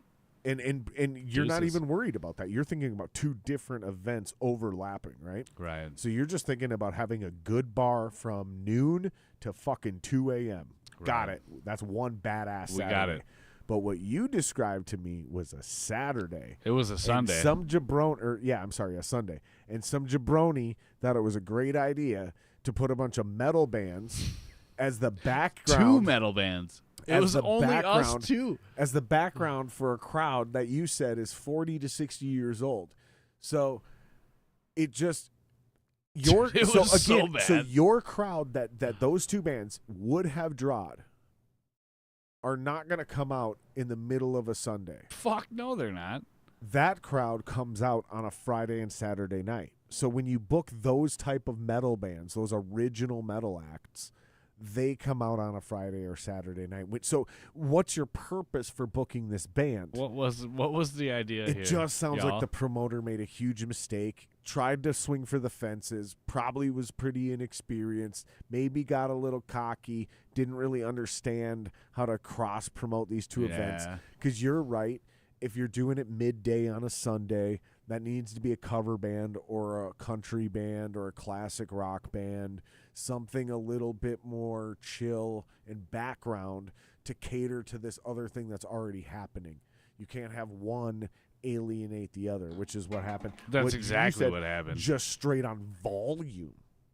That's what it was. It was so music. Fucking loud. Like these people are sitting here listening to loud motorcycles and dealing with the hot sun and fucking a tornado that just passed through, and they're like, "Let's go grab some food." And then a fucking hard rock metal band comes blows their eardrums out, and they're like, "We gotta get the fuck out of here. Let's go home." Let's get done with these chips and get the fuck out of here. Those people at that point are so burnt out they'd rather go see a Little League baseball game. It was pretty fucking. We literally didn't even put our shit on stage. We were just like, nah, dude, this shit right here, this ain't for us. That's so funny. Let's get the fuck out of here. You want another beer? We hung out. No, I'm good right now.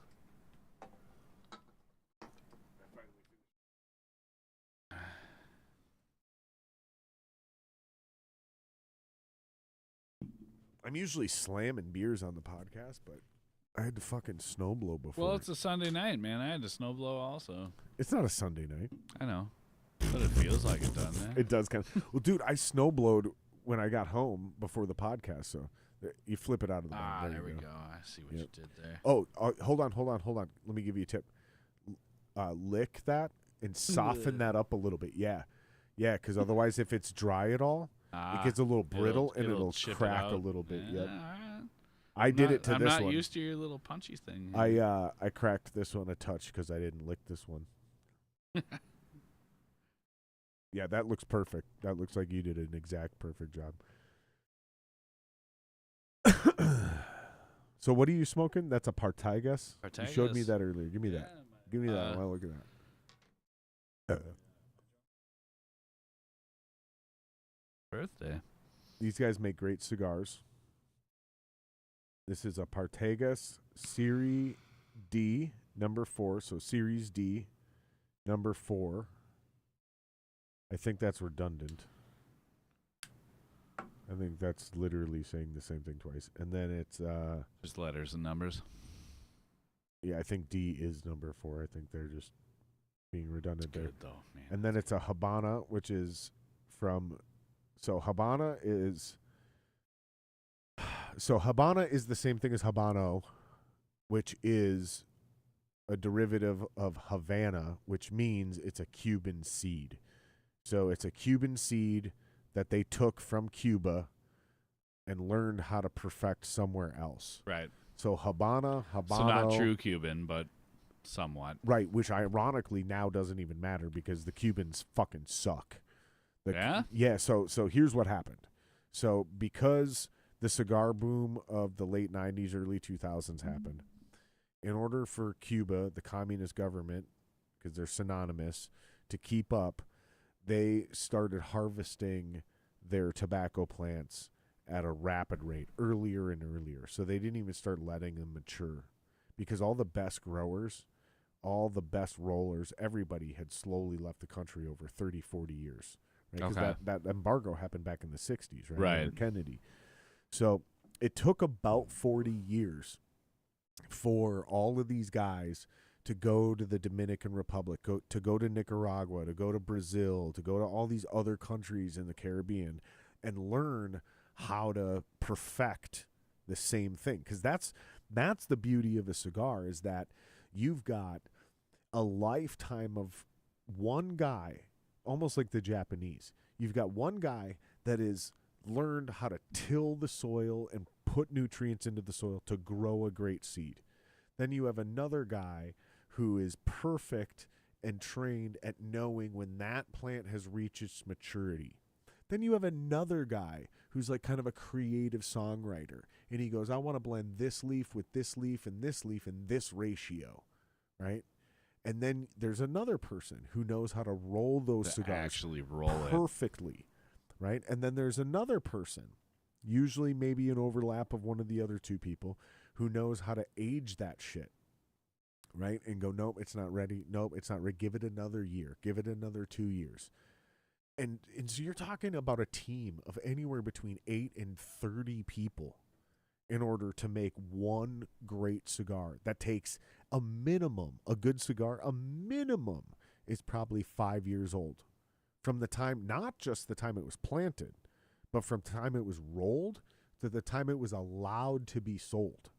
Like a good cigar is aged for usually a minimum of 5 years after it's rolled. Like a good whiskey, really. Exactly. Like there's a certain standard that needs to be met. Well, yeah, of course. And so it needs to burn equally, and it needs to taste good, and it needs to be like perfectly dried out. And there's a person that needs to do that. Well, over 40 years, most of those people left the communist government of Cuba, and they went to these other countries, and they got really good in these other fucking countries, and they supplied the United States, which is the #1 cigar buyer in the world by far. Really? Yeah. So Americans consume more cigars than the rest of the world combined, or at least that was true.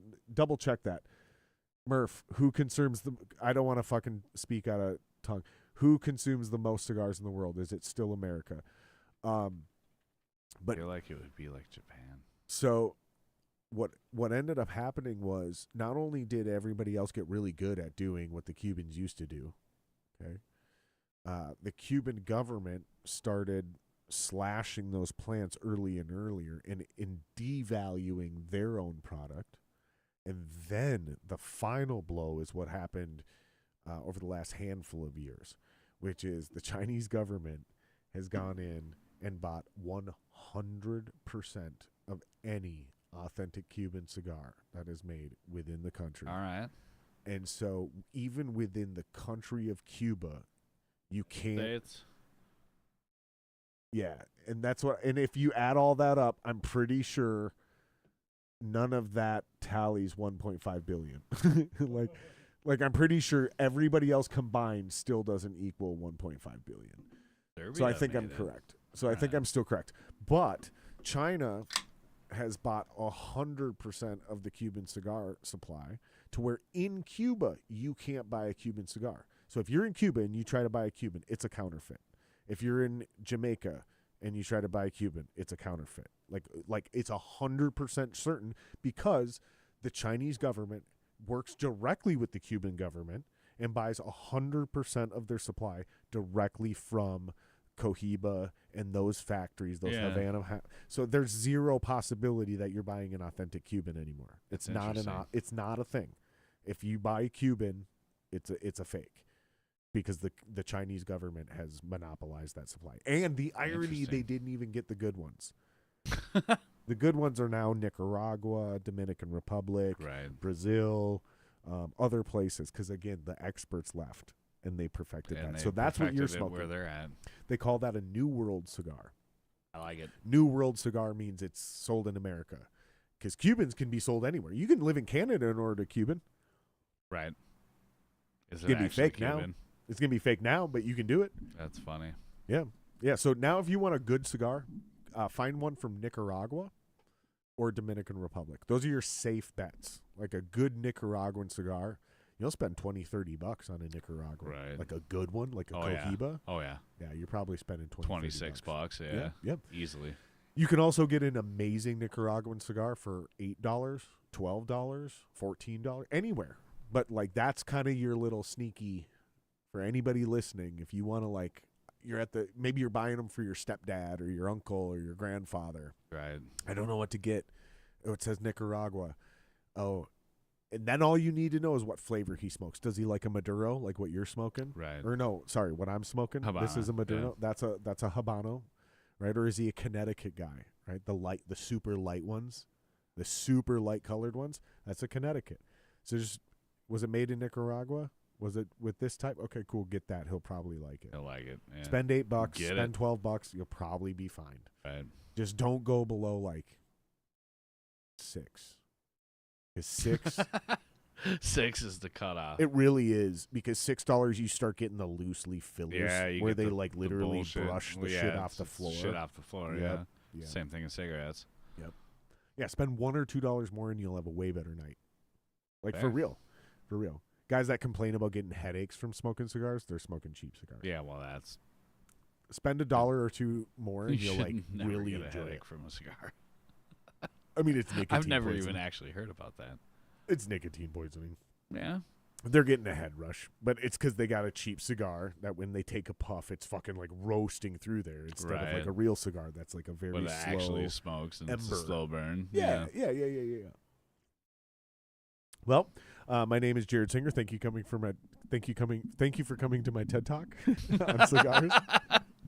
I hope you enjoyed yourselves. It's a very complicated, very convoluted world that is very overwhelming for a lot of people. Cigars are extremely intimidating for even people that smoke cigars. Like I know guys that smoke cigars and have done it for years, and they still have no idea what's going on in the cigar world. Fair. And it's not on purpose. It's just that. Well, it's ever changing. Nuanced. You know. Yeah, it's interesting because, like I said, the Maduro, what I'm smoking, this was the shit about 10, 20 years ago. Everybody was making Maduros. And now over the last 10 years-ish, the Habano has become the new thing. Which is, basically a Cuban. It's smooth. Yeah, it's perfect, dude. It's smooth. I like a good Maduro, but, dude, the Habano is where it's at, dude. That's what this is. I'm right in between both of them. This is a Ecuadorian Habano.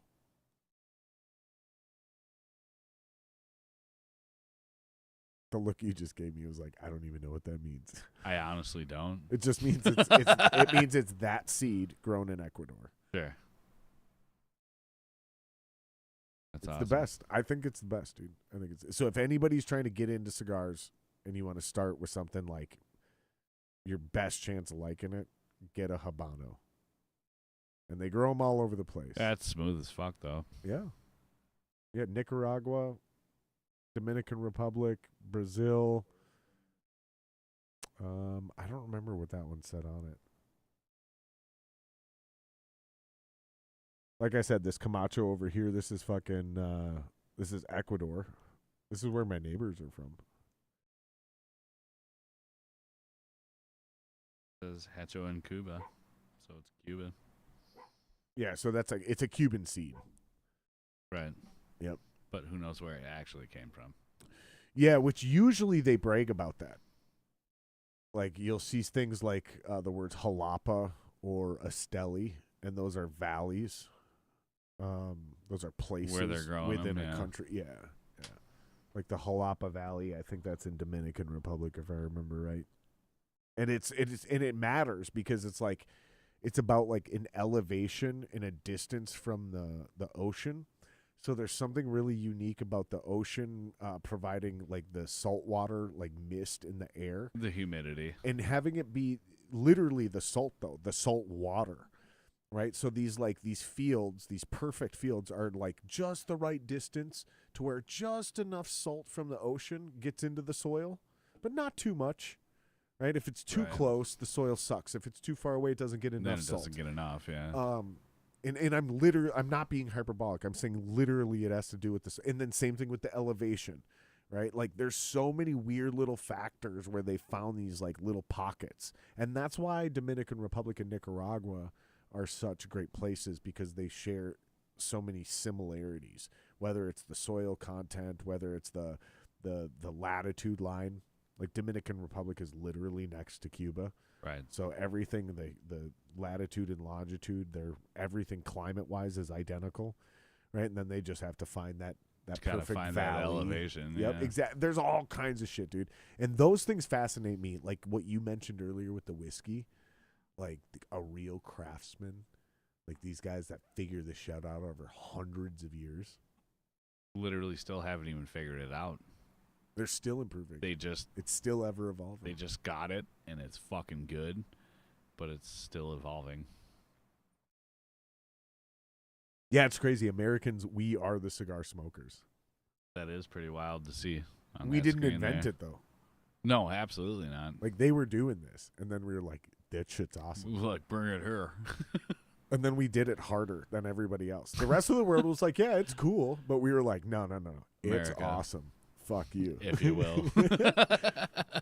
When we do shit, we go harder in the paint than everybody else. And it's amazing. I mean, there's a lot of truth to that. My favorite thing, though, is everything that we've invented. Which is like most things. Like most dope shit was invented here. If you're just counting number of inventions, And then if you also count like the number of like impactful inventions, like it's like America by a landslide. If you had the Olympics of inventions, Minnesota has, or not Minnesota, right here in Minnesota, America has the most golds and the most medals. That's what I'm saying. You think so? Oh, it's not even close. Especially if you add in art and like music, like all pop music genres were American. That's not totally true. We invented blues. We invented rock and roll. We invented hip hop. We invented jazz. We invented metal.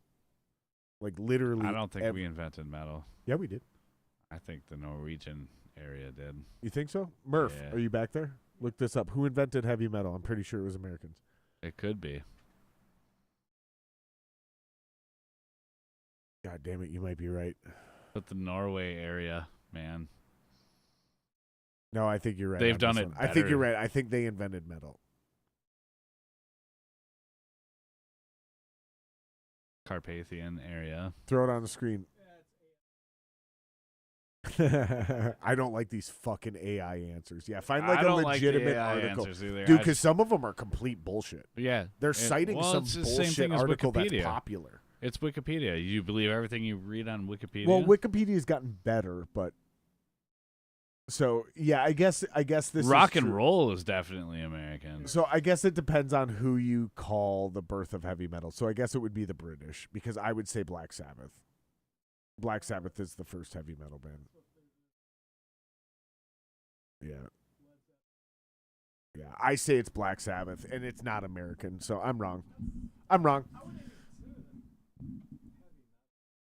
I think but they were like metal. rock and roll though. They were. I think when Ozzy Osbourne says, "I wanted to be the evil Beatles," that's the birth of heavy metal. I mean, that's a because people statement. used to say it's Led Zeppelin, but like Led Zeppelin became like the staple of classic rock, not heavy metal. Like metal bands like look at Black Sabbath. Rock and roll though. Same as the Kinks and Hendrix. Yeah, none of those bands are metal though. Those are all classic rock bands. I feel like Black Sabbath was pretty much the introduction to actual metal. That's what I'm saying. For a hot everybody minute. else was classic rock. Yep. Because they were doing rock, and could be classified with like the Steve Miller Band. Yeah, it's got to be Black Sabbath. I've had this conversation 1,000 times. It has to be Black Sabbath. Like, I'm pretty sure, if I remember right, they even in Tony Iommi is the one who invented distortion, because he fucking played a speaker with a ripped cone on it, and then he was like going into guitar shops trying to find good amps and just that made cutting distortion. speakers.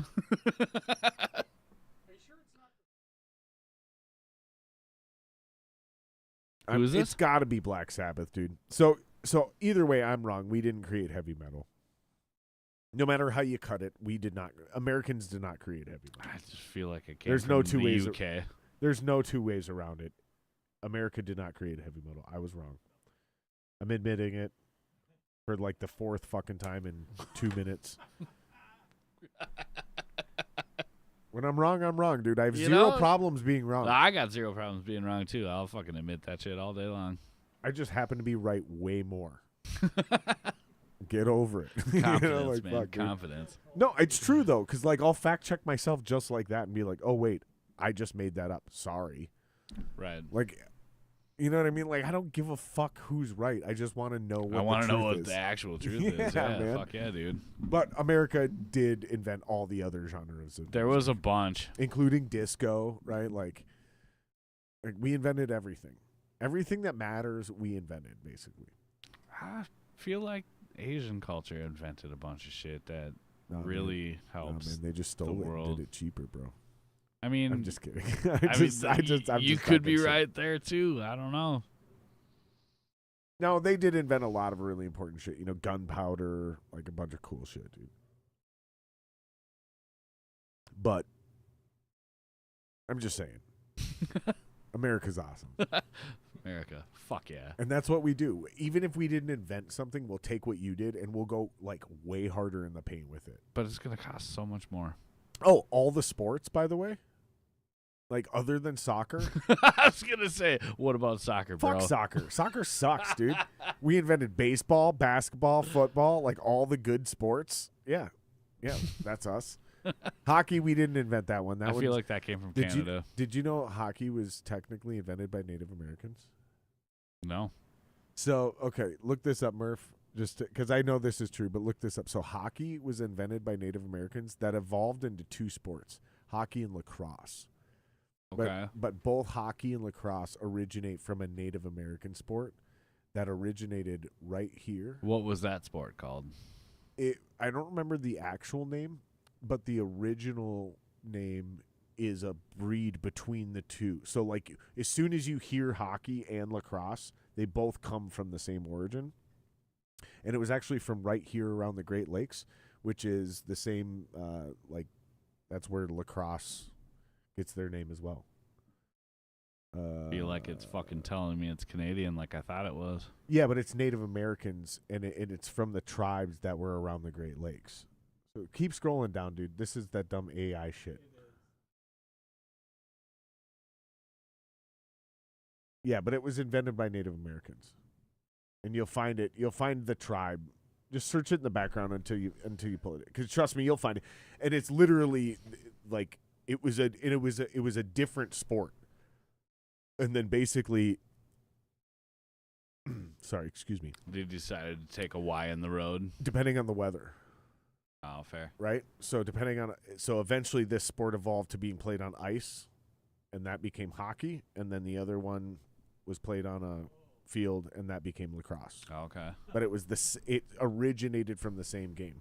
And then another crazy thing is, like, one of the first teams that ever formed to play hockey were all black dudes from Canada.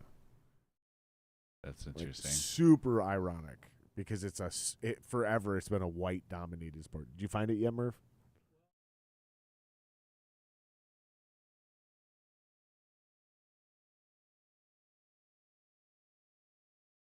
Yeah, not field hockey though.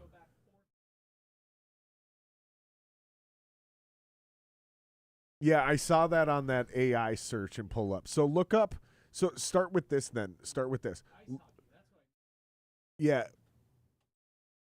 You could also search up just the origins of lacrosse, because if you find the origins of lacrosse, it'll immediately show you, like, and then these people took it and turned it into hockey, and these guys turned it into what lacrosse is now. Turned it into whatever it is these days, yeah.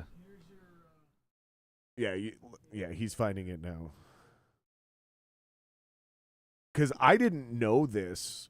I found out about this because it was about the history of lacrosse. And then when I deep dived it, because I was like, this is super interesting. I wonder if that's what the city of La Crosse is named after, and it in fact is.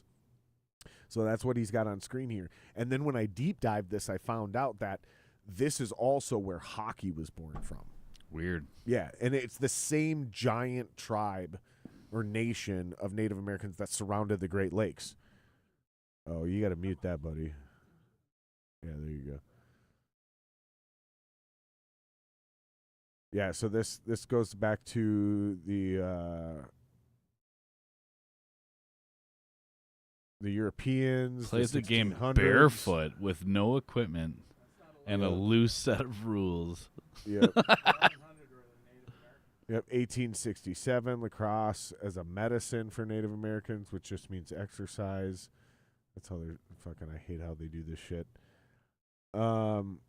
But yeah, I mean, basically, you're kind of just coming across. Like, I'll just let people deep dive this on their own. Like, we don't have to necessarily. I just see, and then there's the connection where it says who invented hockey. The true origins are murky, but 19th century Canada, right, gets credit for modernized. Okay, that's actually exactly what I was referencing. So when you deep dive the history of lacrosse, it will immediately bring you into hockey. And the irony is, unlike golf, hockey and lacrosse are directly connected, including like the stick. They're sort of the same game, just played a little bit differently. Exactly. And then field hockey is a derivative of golf, actually. Right. Like, but anyways, I'll let people deep dive that on their own. But it's just a super interesting thing that most people don't know about that. Like, Fair. it's not not only did America not invent hockey, it was actually like kind of technically already here when we showed up. Right. But we made it dope because that's what we fucking do.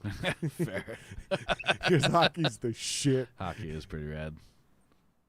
When's the last time you've been to a hockey game? Last season. Is it not the coolest part of professional sports that fighting is not allowed, but it's sanctioned? It's a part of the game. It's allowed. It's not allowed. For a hot second. It's not allowed. Oh, like, they you're allow get it for a penalized. hot second, but you're going to get a penalty. We just can't stop it. Right. That's the difference. Right. Like in all other sports, when a fight breaks out, 87 people storm the fucking field or court.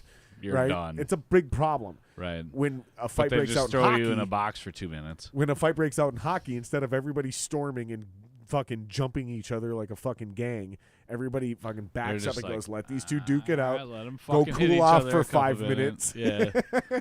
It doesn't matter who started you in a box for a hot minute. It doesn't matter who you're both going in for 5 minutes and cool the fuck down. Chill out, dude. My favorite is when they talk shit to each other in the box. They do.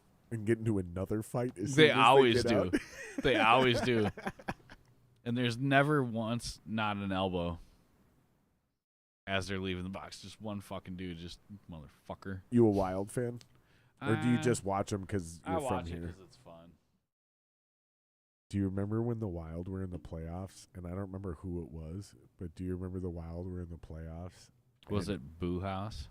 I don't remember, but we were trolling the other team in the penalty box to the point where the dude in the penalty box lost his shit and snapped on a fan and got another penalty while he was still in the penalty box. Snapped on a fan? Yeah. Like almost climbed out of the box to go out because this fucking he didn't have any front teeth and this fan was going. No, I don't know anything about that, but that's fucking wonderful. This? It was amazing, dude. Like, this is unique to the hockey world, dude. There's something in hockey that does. Oh, this is Letterkenny. Shorzy. He plays Shorzy. Yeah. Which everybody figured out very quickly that he was Shorzy the whole time. 100%. Both of those. I haven't seen Shorzy, but Letterkenny, I watched the whole thing. So I actually know a dude. And I know people aren't going to believe me, and that's fine. But he's going to eventually come on the podcast. So just like everything, all the shit I talk on this podcast, and people are like, he's full of shit. And then eventually somebody comes on the podcast and they're like, God damn, I was wrong about that one. Just keep on doubting me, haters. But I actually know a guy. Who played hockey with him in high school. The main dude from Letterkenny. He's from that exact area. Yeah. Yeah. He's from that area. That dude's real name is Jared, I believe. And he's it's not. It's Wayne. I think it's actually Wayne. Wayne. I think it's Wayne. But he's actually from that exact area where that dude grew up. Right. They both come from the same area, and the dude I know only moved like. That's not a hard. It's the difference between. It's the difference between where my buddy moved. It's the difference between here and Duluth. Sure. Whereas the guy that Jared or whatever the difference is he moved from here to New York. Oh, right. Okay. So it's like maybe some bullshit, but he allegedly has receipts, and he's told me some stories, and I'm just gonna say if he is bullshitting, if you grow up in the same town you at least writer played, of all time. You know what I mean? This is all I'm gonna say. Is if he is lying, he's the most creative writer of all time, and he should write movies. Fair. Because like the details he came up with, all right. I'm like, yeah, this is like super. Like nobody has this kind of imagination unless you write movies or books. You know what I mean? Like, but maybe I'm being bullshitted. But he's gonna come on the podcast eventually. His name's Ryan. He does a podcast up in Canada called the Waffle Stomping Podcast. All right. And the fuck's that all about? It's hilarious. I've been on it a couple times, and I was a guest on it a couple times. And basically, it's just like wild drunken stories. Right, so he had me on a couple times, and one time I just told drunken stories from being on the road and partying and shit, and another time he just asked me more of an interview. He just asked me about the podcast, and how do you do a 3-hour conversation? Because his is like 20 minutes, a half hour. Right. And he's like, how the fuck can you possibly do that? I was like, well, it's a lot easier when it's not over the phone, Yeah, bud. when you're just fucking talking, like bud. I get you in the studio. Do you know and that's we just hella hang boot? out, you know? Like, but it's very popular in Canada. It's like one of their top 10 podcasts or some shit like that. Or Interesting. I don't fucking know anymore. It made some fucking list, and it was kind of cool because I was like, oh, I was a guest on that. I did that thing one time. Yeah, because he followed me or something, or I followed him or something during the pandemic when both of us had just launched our podcasts, and like somehow we started talking, and then we got on the phone with each other, and yeah, those guys are wild. It started off with 2 dudes, and then it went down to 1, and I think he brought the guy back. So I think right now it's back to 2 dudes. Okay. And it's better when it's and one of them's like an actor in Canada. He like acts on soap operas and shit. Okay. And the other one's like me. He's just a fucking degenerate. Just a guy. Just a fucking guy. Fucking just doing degenerate, things just as a partying. guy. They're awesome though, man. They're true Canadians, dude. Funny. They're great guys. Do you listen to any podcasts? I know you said this is the only one you've ever done. Well, we were on one video podcast not too long ago. Great plug. Great plug. Yeah, for I your mean, band, buddy. for real, like that's I don't know, man. I want to write music and fucking play music. So speaking of, you most of us have day jobs and shit. So day job aside, when you get done with work, take me through a normal day trying to be a musician.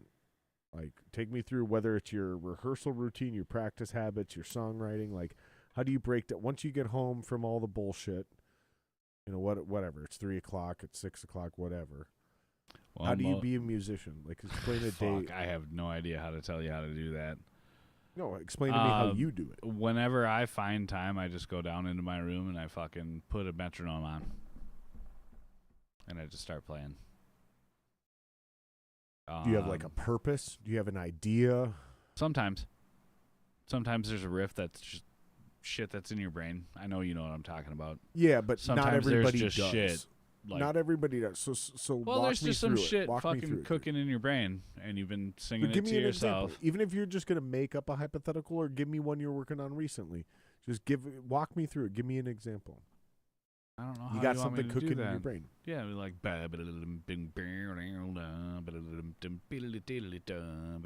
and then you have to put a guitar on and figure out how to play it. Sure. Because you hear it, like, as a musician, like some of you are, you just hear it. Like, you just hear shit. Or you just hum shit. Like, half the time I drive to the office, I don't have music on. I just sit in my brain and try to hum shit out. I've got 2 13-year-old kids. Hold that mic closer to you.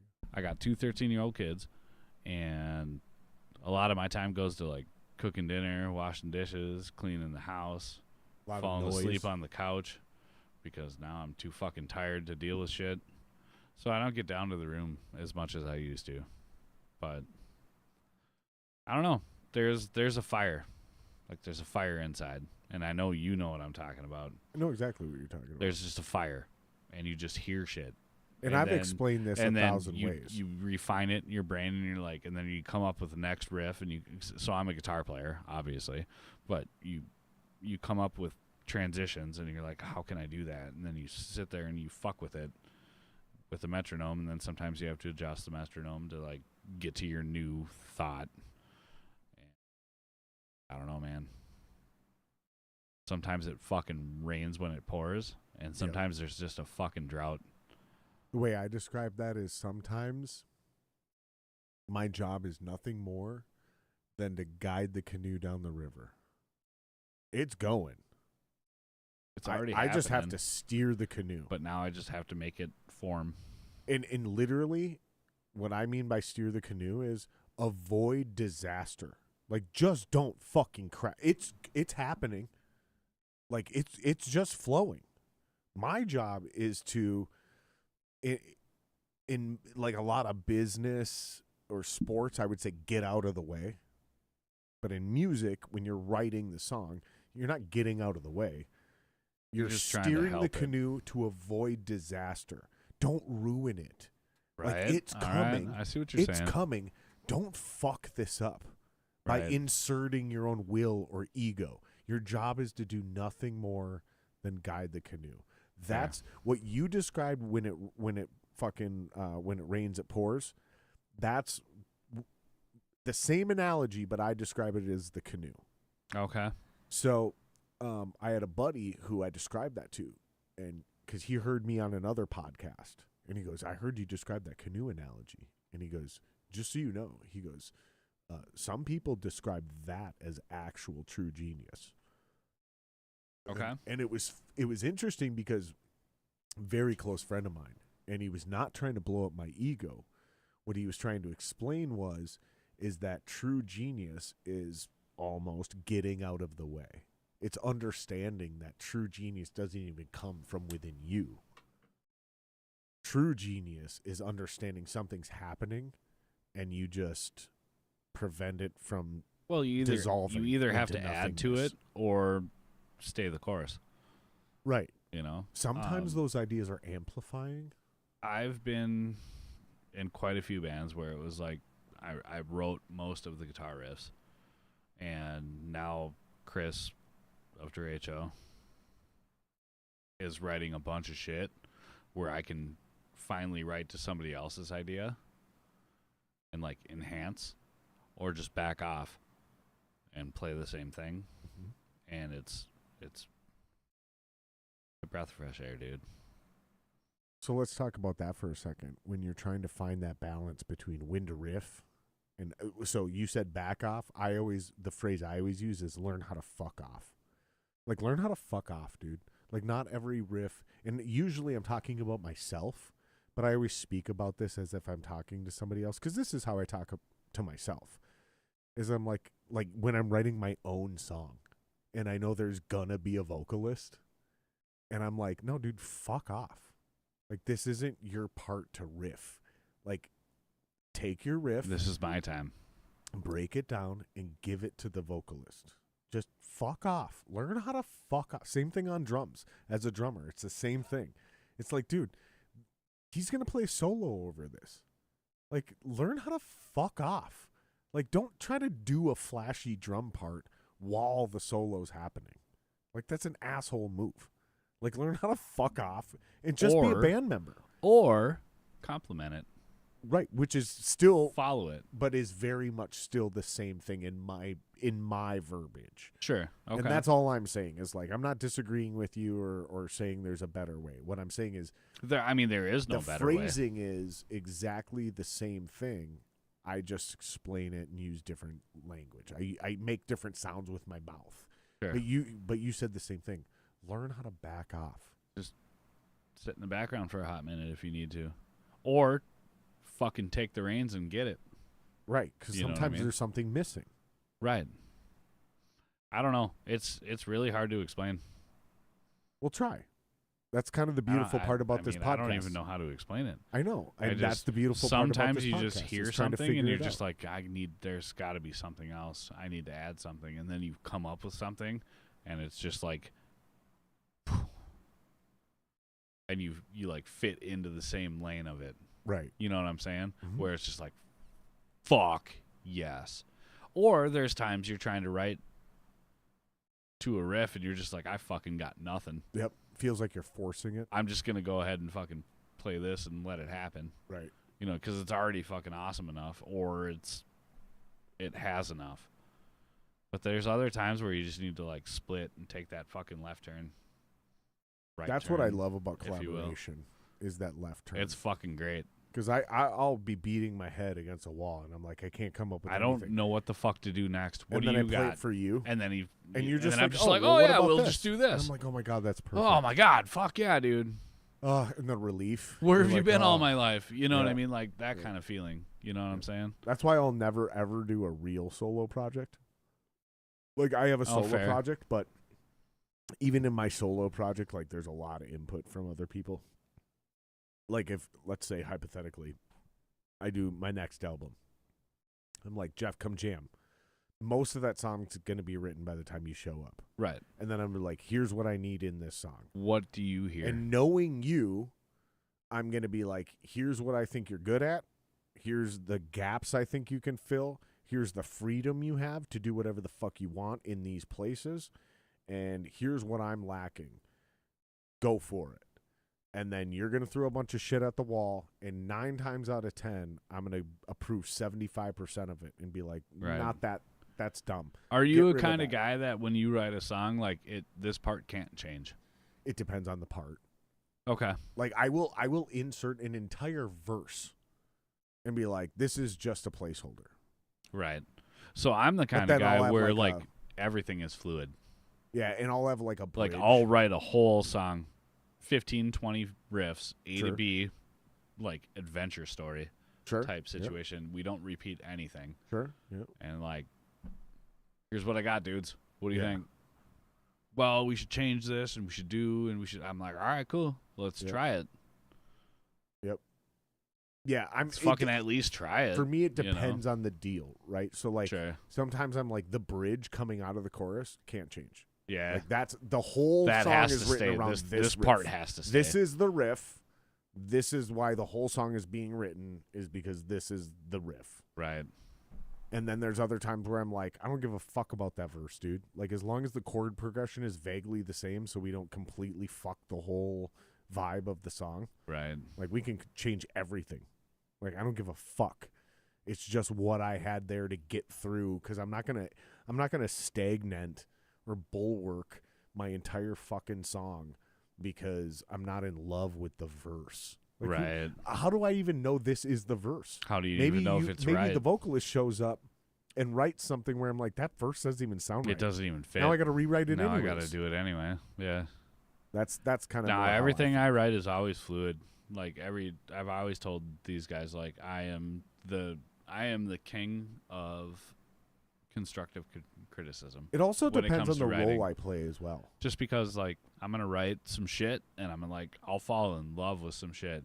Like, I'll fall in love with this riff. Like, I fucking love this riff. And the other guys will be like, meh. I'll be like, all right, it's gone. Does it take you a minute to, like, swallow that? Not really. Because at the end of the day, like we were talking about earlier, we're a collective.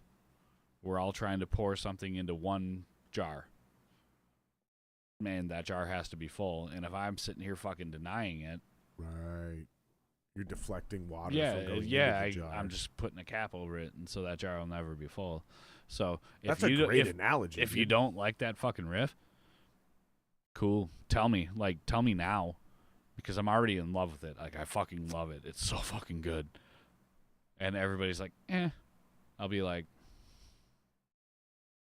it's a deflation, obviously, because you're in love with something, and then you get deflated, and then I'll just move on. I'll be like, all right, well, it's gone. Let's figure something else out. What do you want to do? I was talking to Kyle from the Failsafe. Yeah.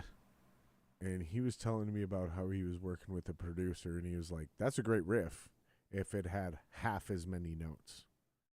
And so Kyle took the same exact riff and dumbed it down and literally removed every other note. Maybe not literally every note, but basically every other note. And that ended up being the main riff in the song. Sometimes it'll happen. Sometimes it's not even that the riff is bad. It's just the expression of the riff. Well, it depends on what you're trying to deliver. There's also been times where I've said the exact opposite thing. I'm like, that riff's cool, but you should, like, busy it up. But there should be a little bit more happening. Like, that's the main riff of the song. Let's jazz it. Let's church it up. You know, what the fuck is this? What the fuck do we got going on here? Oh, come on, I do not. Too many notes? No. Unmute it, because I have no idea what you're talking about. We got to react to this.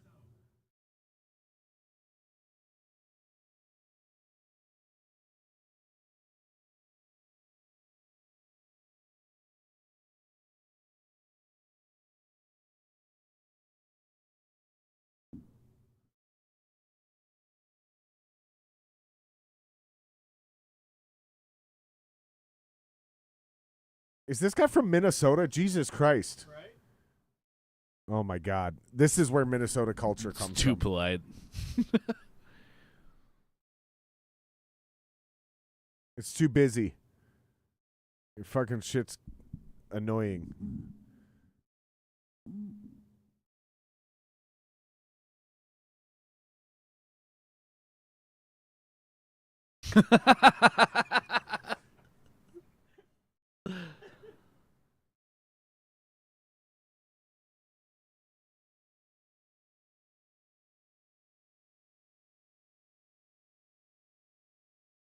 All right, we get the point. We get the point. That's fucking funny. What the fuck is that from? What is that from? Amadeus. Oh my God, No that is idea. Amadeus. I Never have seen seen it. that movie. Never seen it. I don't remember that part because I think I seen that movie when I was 12 years old. Fair. That's a great movie, though. That is a great movie. That was a great scene. Yeah, that basically sums up most metal music. Yeah, I mean, for real. But sometimes all them notes are necessary, dude. It's so funny. I've got this one riff in one of my songs, and a bunch of people pointed out. They're like, that riff. And it's a verse riff. And it's technically 4 total notes. It really rides 3 notes, and it's just like there's an There's offshoot an added one to every the once root in a while. of each one. Sure. So it's like dan ka dan ka dan dan dan ka dan ka dan dan dan ka dan dan dan. That's not the riff, but it's like that. Right. It's just really dumb and like it's 3 notes, but it drops to a root, so there's 4. Sure.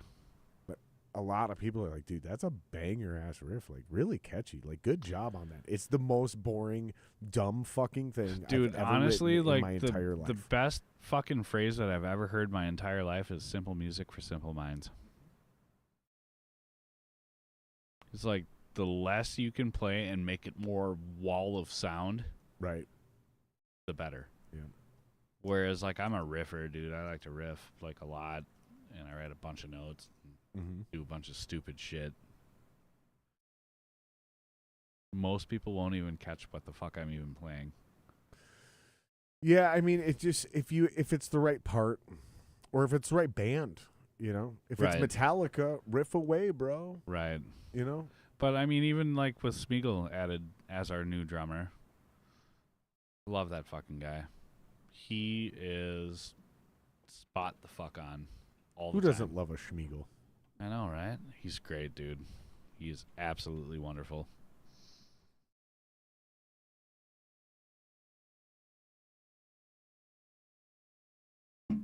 It's been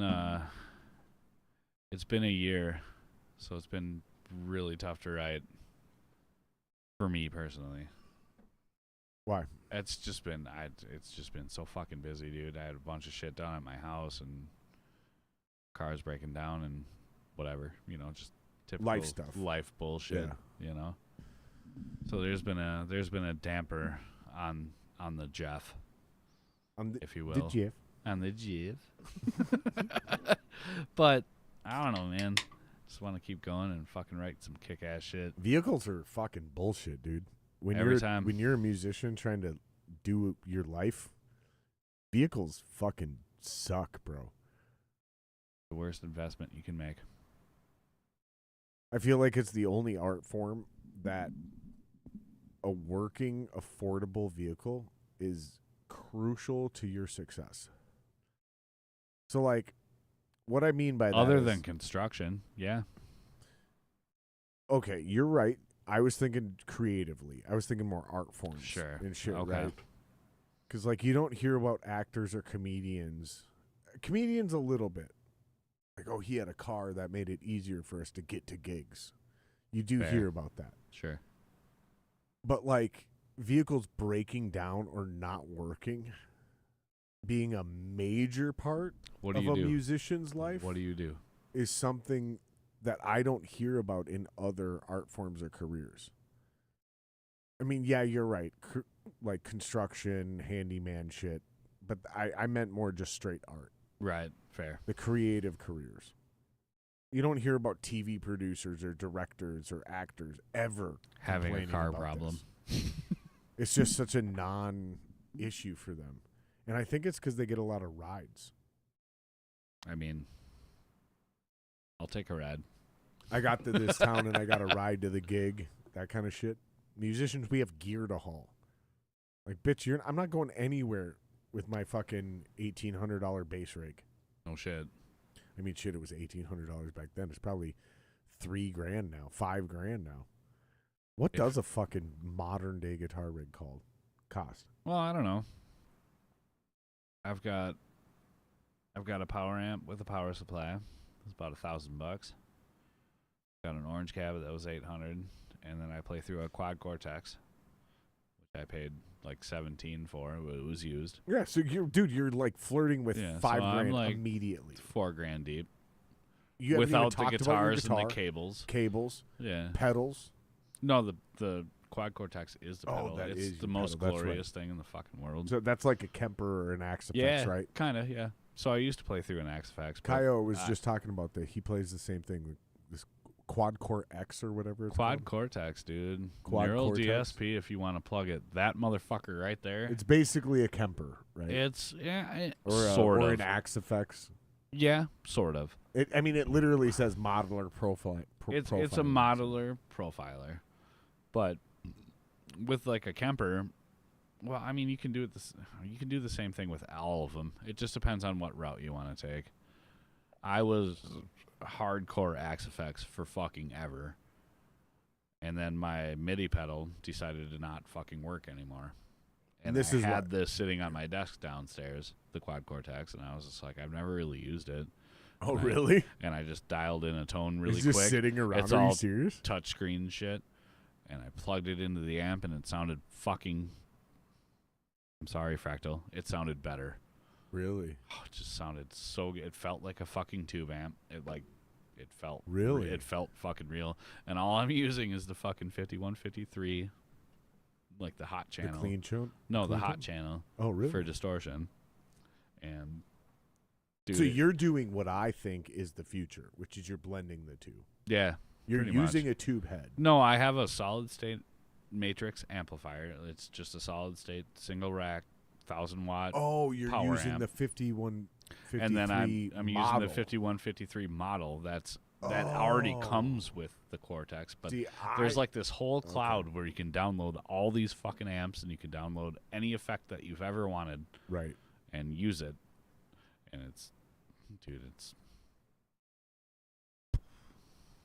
it's fucking mind blowing how good modeling has. So I think come. the future is. I am a hybrid. tube amp snob. I fucking love tubes. Yeah, I love tube amps. I don't think you can replace that sound. I've got a Framus, I've got a Hughes, I've got an Engel. Like, I have fucking amazing tube amps. And this Quad Cortex, like... Have you ever run that through a tube? No, I haven't, actually. That's what I think the future is you take one of these and you basically run this through your clean tone, right? So you get the organic right. Or do you just tone. run it through the effects loop? That's what I was going to say. You right. run it through your clean tone, and then you run it through the effects loop, so you can dictate. So you how can much enhance you punch it up or that down. amp. Yeah. You know what I mean? But I don't know, man. I run it through a solid state amp by itself, and it sounds so fucking good. Well, technically, you're running it through a power amp, right? Yeah. So it's not even a solid state amp anymore. No, it's a solid state power amp. But that's what I'm saying. But you could run it through like a Mesa 5050, which right. is like a tube power amp or an Engel. That's what I'm saying. So technically you're running it just through a solid state power amp. Yeah, it's just solid state power running to the cab just to power the speakers. Yep. That's what I do on my bass rig. Okay. So I got a Crown power amp.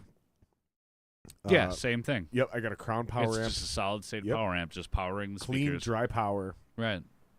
And that's what's and really there's zero when color you do it to that it. way. Exactly. That's the point. That's what's cool. That's the point. When you do it this way. But if you run it through an Engel power amp or a Hughes and Kettner right, you're or getting color. A Marshall or a Mesa, you're coloring the tone. But when you run it through a dry ass power amp where it's just literally power to the speakers, because that's you're the point. getting the actual sound of the unit. And that's the point. I was just having this conversation with Rich where I was like, the whole point of these, like, it's a solid state power amp. So there is no tone coming from this. You're not coloring all it you're at doing is providing vibration to these speakers. Yeah, you're just bringing power. That's all. like, so for my bass rig, 100% of my tone comes from my Sans amp. It's a little different. I'm a big fan of Sans amp. For bass stuff. For bass? It's maybe the best. Maybe the best. Dark Glass does a really good job. Do they? Yeah. I'll have to check that out. Oh, man, their fucking amps are so good. I'm not serious about bass. I have a bass rig, so if somebody comes down and I want them to play bass, they can just do it. Just get after it. Yeah, I have a bass over there. Fucking. But I've been fucking around the bass a little bit because my little brother and his buddy, they're trying to start a band now. They're in their early 20s. Nice. And my little brother's struggling to finish songs. So I was like, this is my area of expertise. I got you, bro. I was like, come down, come down. Come on over. And I was like, show me what you got. And I was Let's like, work on this shit. And he's got some banger riffs, dude. Yeah? My little brother's got some banger riffs. Very busy. What does he play? Guitar. Okay. Very busy. What style? Hard to explain. Somewhere between thrash metal and classic rock. Okay. Like, honestly, nothing like Van Halen, but very much in that but style. Very Very corded, a lot of big, dancing. Lots. Somewhere between Megadeth and Van Halen. Okay. Very riffy. Interesting. Very busy, a lot of chords within his jabs. Very good guitar player. Very good young guitar player. That's cool. Can't finish the song to save his life. So I told him, well, come down. Because he doesn't know where to go yet. Right. No, so I said, come down. I said, have your drummer play my kit, and I'll fuck around on bass just to give you some frequencies under there and show you don't have to do everything on guitar. I can bury you. Leave some room. And bring you. Yeah. You know, if you want a harmony, like, it doesn't always have to happen from you. Like, sometimes the bass can fill that frequency. Let me show you this. And same thing with dumbing down the verses. I'm like, we're going to insert a verse here because you got a banger main riff, an intro. We'll get to this part. Here's an idea. Just ride a chord for a hot minute. That's exactly what that literally, I said, we're going to ride this one note, this one chord. Yeah. And here's a rhythm. And then augment it. And then we're just going to get through this for 4 bars or 8 bars, whatever it works. And then we're going to get back to your main riff. And now we're halfway through our song already, right? And then we just got to find a chorus. And just getting him to understand that is a very interesting journey. It's tough, though. Like, at the end of the day, as a musician, like, writing a song by yourself is tough. Oh, I thought you were going to say it's easy. No, I think writing it by yourself is easy. I feel like writing it by yourself is tough because it's only you, and you have zero input. Interesting. Yeah. No, you're right. Writing a good song is tough by yourself. If you have a drummer or another guitar player or even a bass player, like anything, influencing your thoughts, it changes everything that you're thinking about it. I didn't even fucking think about that. Fuck yeah, dude, let's do this. Right. Like, it's inspiring. But writing by yourself, like, I can write some fucking bangers by myself, but it's going to be super notey and super fucking drummy and that's where I misunderstood. Chaotic. You know what I mean? Yep. But sometimes it just like you said, take a little bit out of it. Yeah, learn how to fuck off. Smooth it out a little bit. Yeah, learn how to fuck off. Learn how to fuck off. Yeah.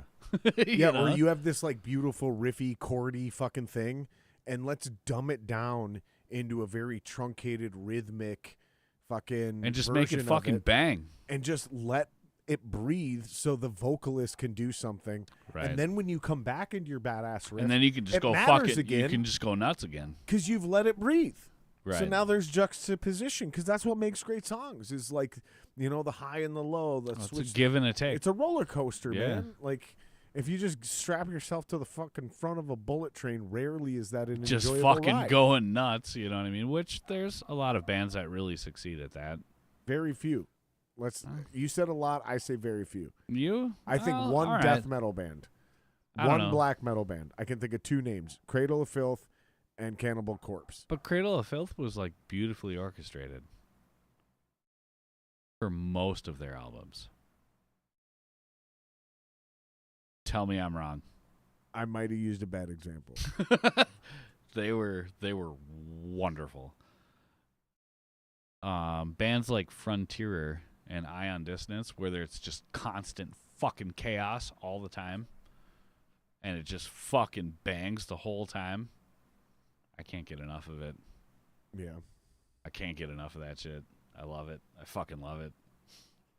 I mean, that was Slayer for a long time, too. They were. I mean, they're the original. Well, not the original super fucking thrash band, but like Iron Maiden did it, but Bruce Dickinson could sing.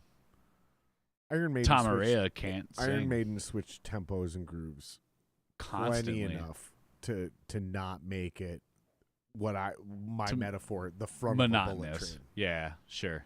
All right. Right. There was All right, enough. I can There was get on enough. board. There was enough roller coaster in most of the bands, and that's my point. That's art.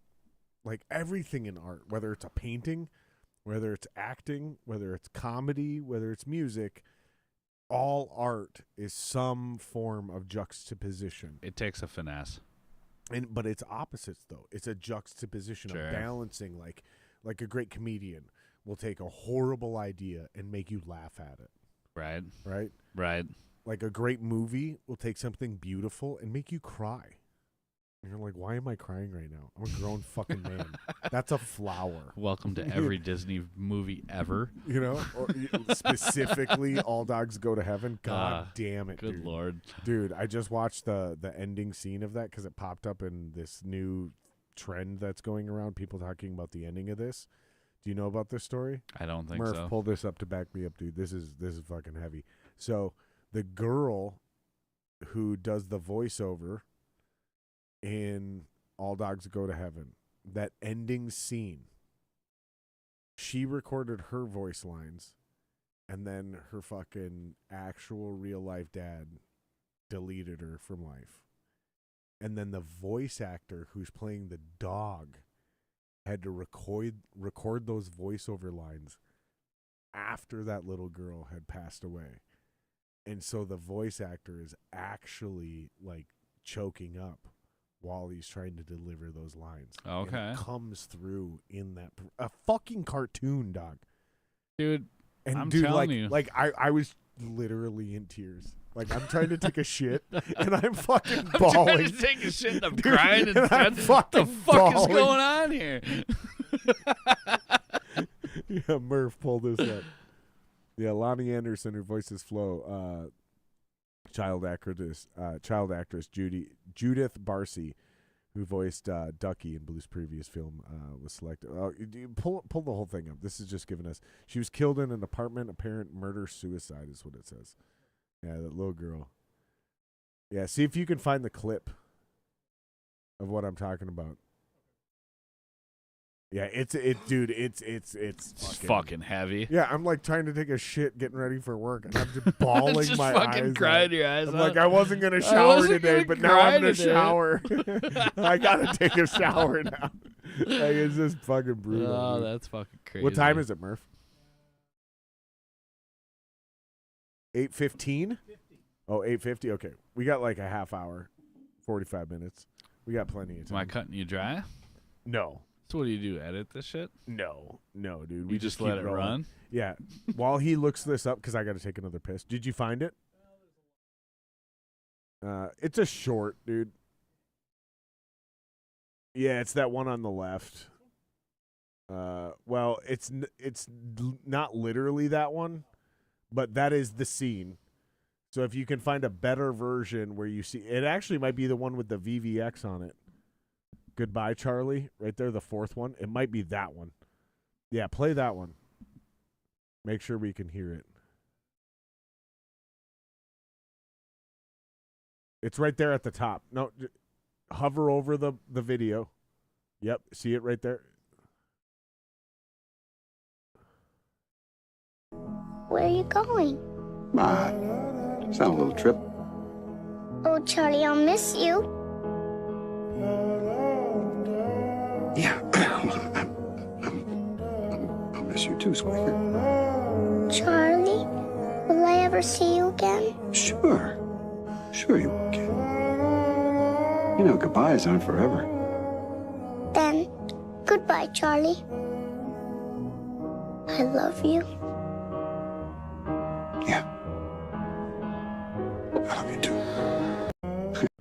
You can hear him Dude, that's choking just up, fucking- dude. That's fucking heavy. You're fucking crying right now. Dude, that's just fucking. Dude, that was Yeah. a heavy fucking scene. Especially when you know, like. When you that- know what's that going little on in girl the already background. died, Yeah. right? Like, and she's already done bro. her voices.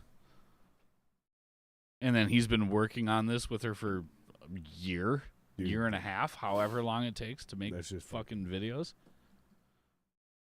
I'll kill a grown man with my bare hands and I'll still cry at that shit. I don't give a fuck. I don't give a fuck. Attaboy. No, that's just tough. That's just heavy, dude. Well, when you know the story behind it, yeah, it's fucking dude, that's super fucking heavy. But the ability to like, that's where I was going with this, is that juxtaposition. That's what makes great art. That's what evokes emotion, is that beauty compared to that suffering, you know, Compared to the demise. It is the juxtaposition though that makes all art, and it doesn't matter if it's comedy, if it's music, if it's a fucking cartoon, dude.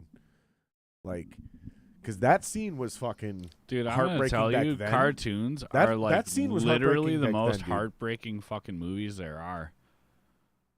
You They could have can the be. best movie like Titanic and all of like that kind Sure. of shit, you know what I Sure. mean? But like these Disney and Pixar films, man, they really fucking pick at your soul. dude. They can, dude. Yeah, fucking They the fucking do. the opening scene of Up.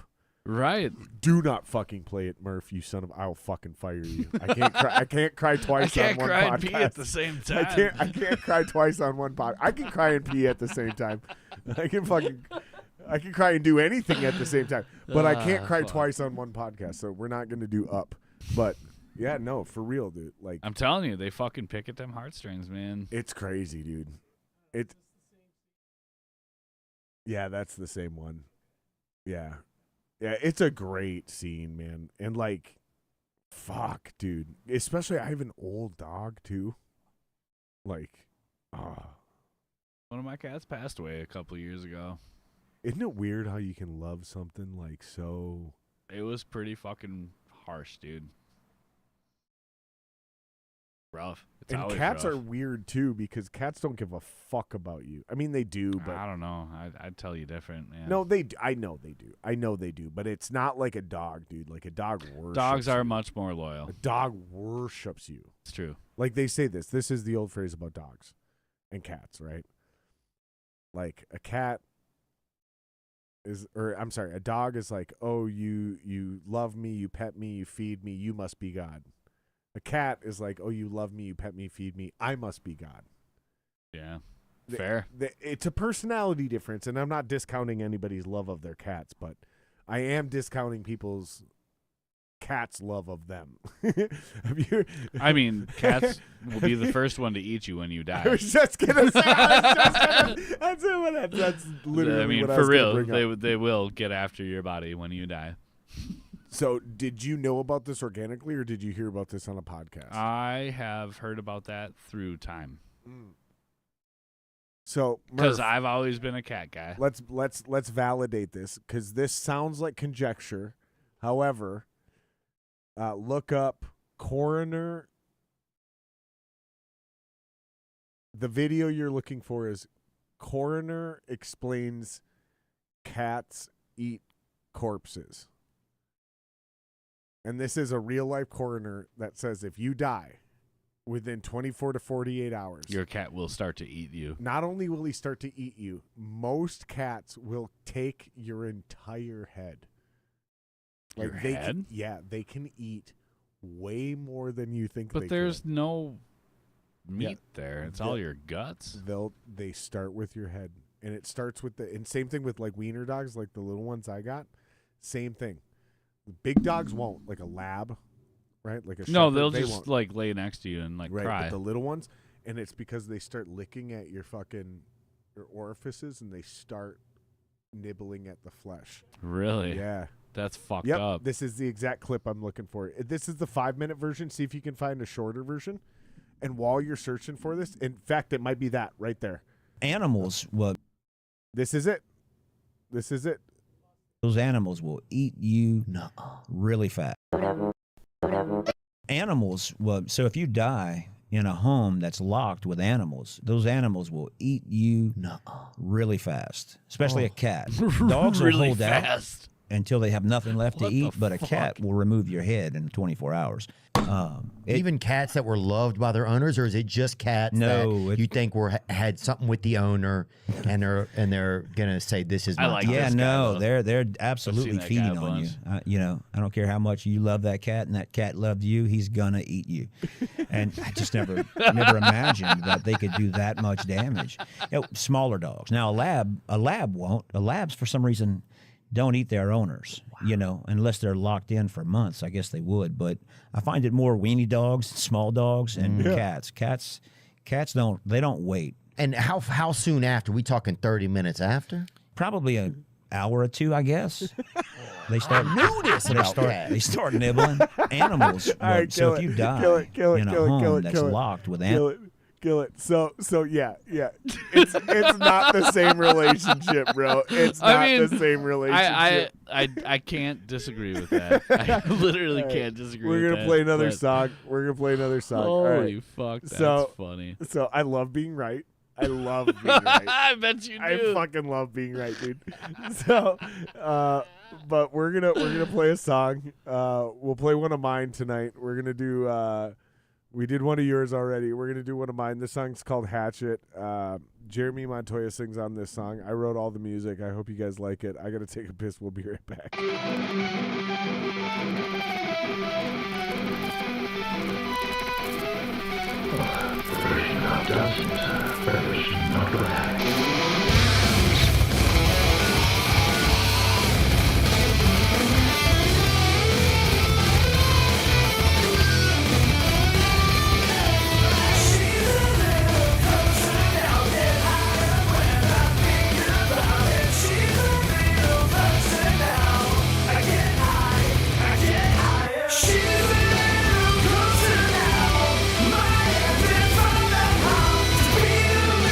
Be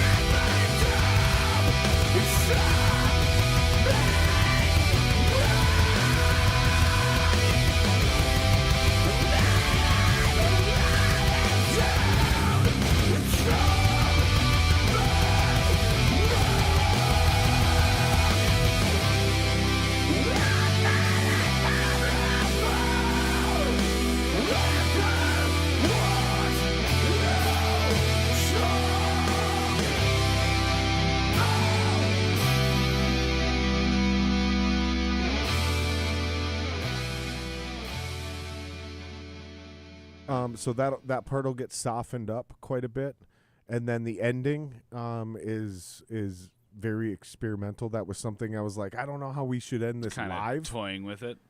Well, because on the record, it's just going to simply fade out. So it's just going to be a big wall of sound. Is this a solo project? Yeah, this is my yep. And so it's just gonna repeat the chorus and just slowly fade out over, just a classic fade out. And so the demo version, what that is that was like, I was like, I don't know how we should end this live. And he was like, well, let me see if I can come up with something. And so that's what that ending is. So not much is wrong with it, but it's not right. It's not where you want it. The drums are also that version. The drums are also programmed, so there's a lot of nuances. Again, nothing horrifically wrong with the drums, but there's a lot of the entire second verse is supposed to be half timed, and there's a bunch of accents and things that are supposed to. Did you program the drums? No, I did not. Okay. And that's why I don't like it. I don't like programmed drums to begin with because I can play drums. Fair. I play drums too. And we have I'm tracking all this for real with Wally up at Wheelhouse. Sure. So everything's going to be fine, but that's our pre-production demo. I think it's a great Sounds fucking good. demo. A lot of people are like, that's done. And I'm like, it's very close. Yeah. Like, that's the final version before Just the gotta final polish version. it a little If you know what I bit. mean? Yeah. You know what I'm saying. Yeah. So let's explain that to people a little bit. That's what I would say. That's the final version before the final version. That's the final rough draft. Yep, exactly. So the song's done. All the parts are written. We're going to tweak the ending. Who's playing what? So I'm going to be playing all of the instruments except for the shreds. So on every song except for 2 on my album, I have a guest lead guitar player. Right on. I'm going to play and track everything, but I'm going to get one bass player to track and play live because I just want that constant stability. And Sure. then Jeremy's doing the vocals. Okay. And Jeremy writes, I would say, 75% of the vocals. Okay. I've got a few parts that he's been struggling with that I think what I wrote was better, but I never present them up front. I give my singer 100% creative. Just let him go. Yep. Yeah. And then when he struggles, I go, what about this idea? How about this?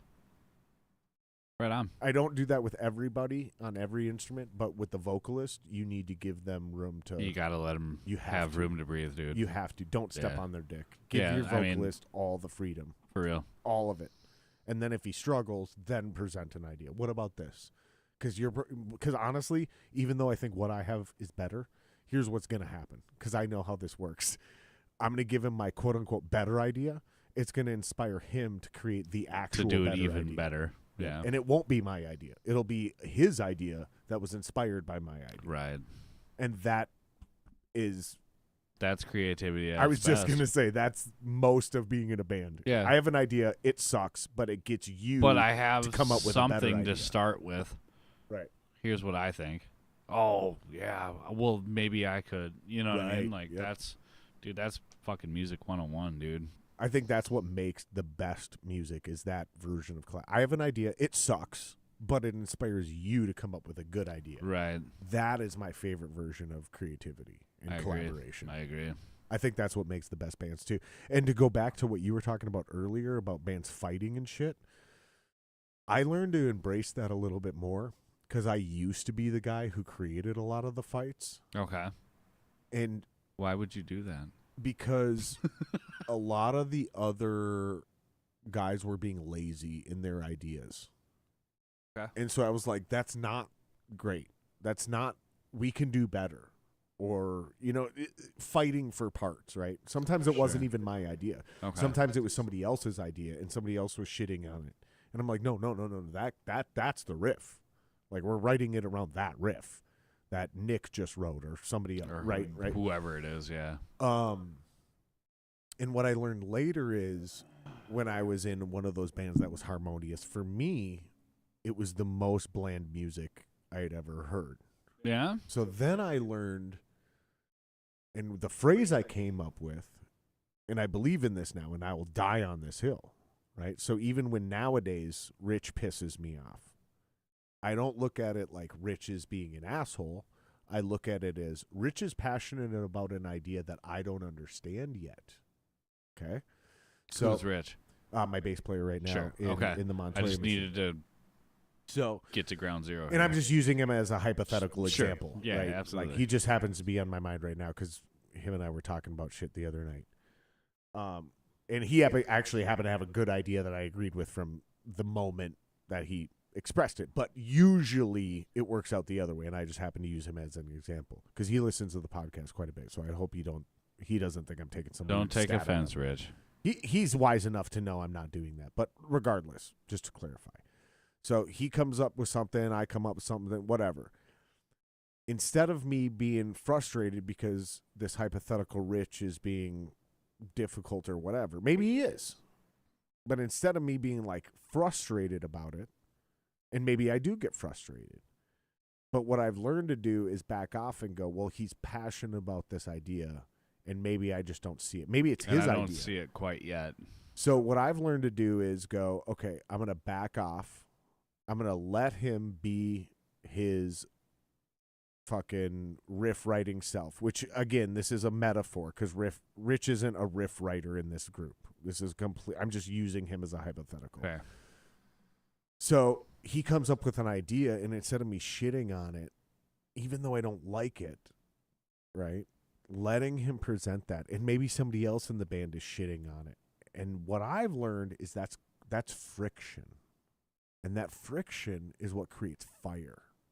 And you cannot create fire without friction. I mean, that's true. And I've never, ever heard of a great band that creates great, prolific music that didn't fight like cats and dogs. And so when I kind of like went, oh, that was my like epiphany, my aha moment.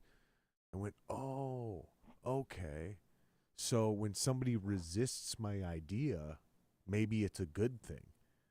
Maybe when he resists his idea, it's a good thing. Because this pushback is the definition of collaboration. Because if I just present an idea and you blindly accept it and we just do it, that's not collaboration. That's just me making decisions.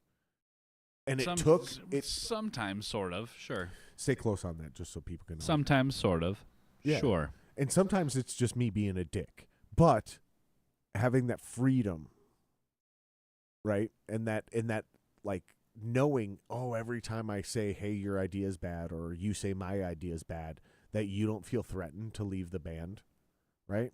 Right. That empowerment, that's collaboration. For I you to have agree the with that. confidence to be like, Jared, dude, your drums, I don't really like that part, dude. it just kind of sucks. You got to change it. Yeah. And then here's my next part.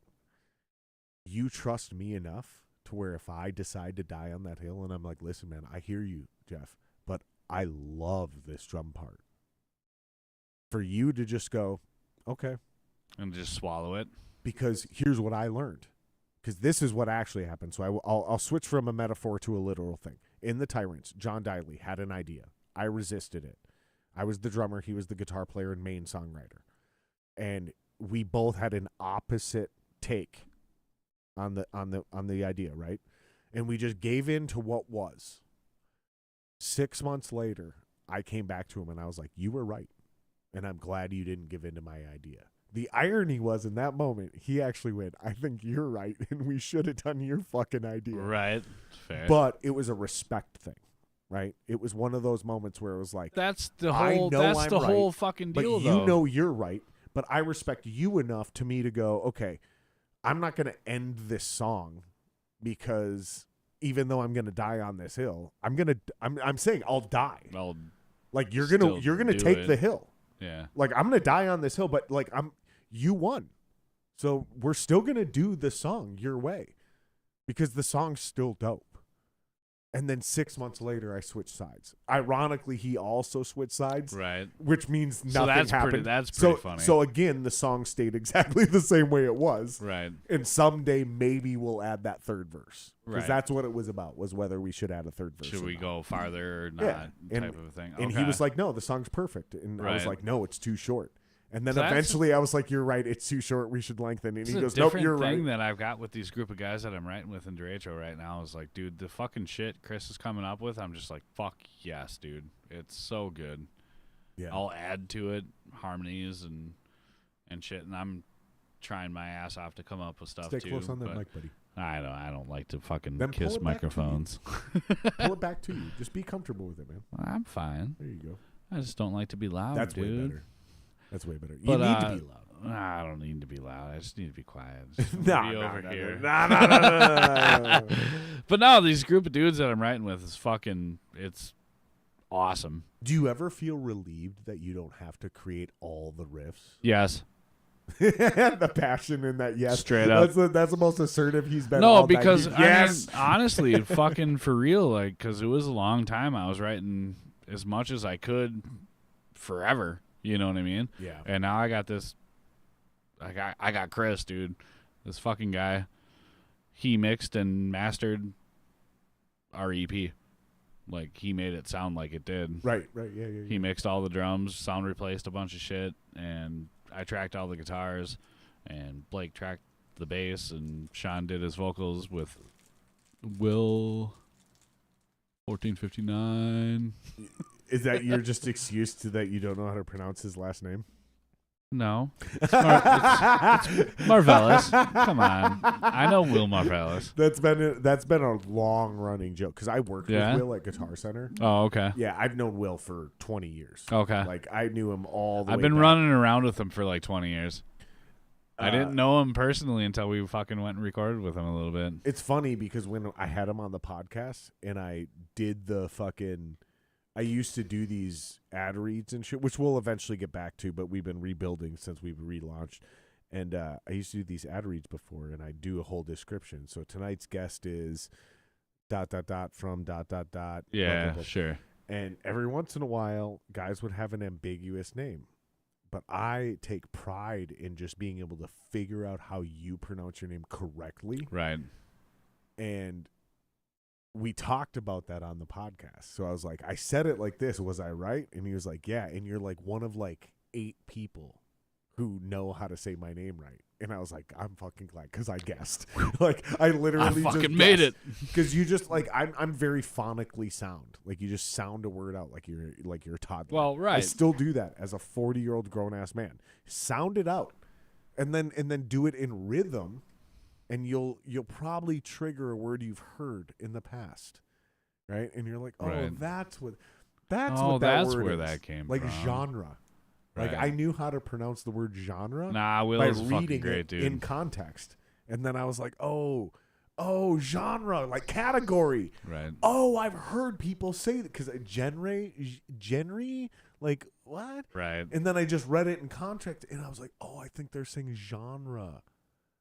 Yeah, like shit like that. Got That's how it. I got Got it. Marvelous. Nah, Will filled in for us for a hot minute when G disbanded, and we needed a drummer for a show. Will filled in on drums. Yeah, you fucking right, he did. I didn't And know he Will fucking could did play a drums. fantastic job. He learned, I don't know, our 6 songs in 3 to 4 weeks. Let's go 6 weeks. I'll extend it. I don't want to over exaggerate. We practiced maybe 3 or 4 times at his studio with him, and then we played a show and it went fucking flawlessly. Dude's a genius. He's also a wizard behind the keyboard. Why didn't you try to get him to just play drums for you full time? We tried, and he just doesn't have time. Of course he doesn't. He doesn't have fucking time. Will, But then we found Smeagol out of nowhere, and this guy is fucking, he's fire. Will might be the only guy I know that's actually busier than me. Yeah, fair. Maybe Dan Copy. I mean, Copy's busy. That's what I'm saying. Like these are genuinely busy. I don't think people understand how busy I am. Fair. Because it's almost like when you see somebody do a podcast. I was trying to explain to people. I was like, dude, I go to work, I do this, and then I go do a 3-hour podcast. And they're like, "Oh, you sit around and have conversations?" I was like, "Fuck you, dude." Yeah, I but was then like, "Do you there's have any editing idea?" and all Like, that shit that goes into it. we don't do any editing, but there's still pre-production. Like, it's a 4 or 5 hour thing to do a 3-hour podcast. Right. Like at the shortest version, it's 4 hours. Right. I mean, fuck, Murph. What time do you get here? 5:30. Yeah. And you leave at the earliest 9:30. I tried super hard to get here at 5:30. I'm sorry I was late. Oh, it's all good, dude. It's all good. I tell you guys to get here at 5:30 because if you're late, we're still fine. Right. If I told you to get here at 6 and then you're late, then we're in trouble. Then we're right we're up in against the trouble land. gun, and we're rushing it as you guys walk. You have zero time to settle in and chill and decompress. Like it gets awkward. That's my whole fucking life every single day. What's that? I have zero time to decompress. It's fucking work, cook dinner, get kids fucking to bed, and then sit on the couch and then pass out. I think about that a lot. It's a lot of time, man. We're trying to have kids, me and the wife. Yeah? And I think about that a lot, trying to balance the workload I already have and kids. They're wonderful, dude. Well, yeah, I know the kids are going to be awesome. Oh, they're I'm looking fucking forward great. to it. But it's fucking great. What I'm not However, looking forward it just to is adds a whole nother workload that you didn't even think of. You what know? I've heard, though, and tell me if you can back this up. Well, what I've heard from people that I respect and admire as busy parents is they go, you just find the time. You just do it. And what happens is you look back and you go, how did I not have time before? Like, I was just fucking off and wasting so much time because now I have kids and I still do all that Well, let's shit. talk about you in your 20s and you in your 40s. Right. In your 20s, you have all the time in the world. All the fucking time in the world, right? And in your 40s, how much time do you got now? Not enough. Sure. Right? The same thing. Right. You make the time and you find the time. It's Right, just- 'cause- it is what it is. Yeah, when you I was know? in 20s, I was busy jerking off and playing video games. Right. Now in my 40s, I'm busy fucking hanging drywall and snowblowing. Podcasting and fucking snowboarding and hanging drywall and just different. Oh, son of a bitch. Hold on. That's my bad. Hold on.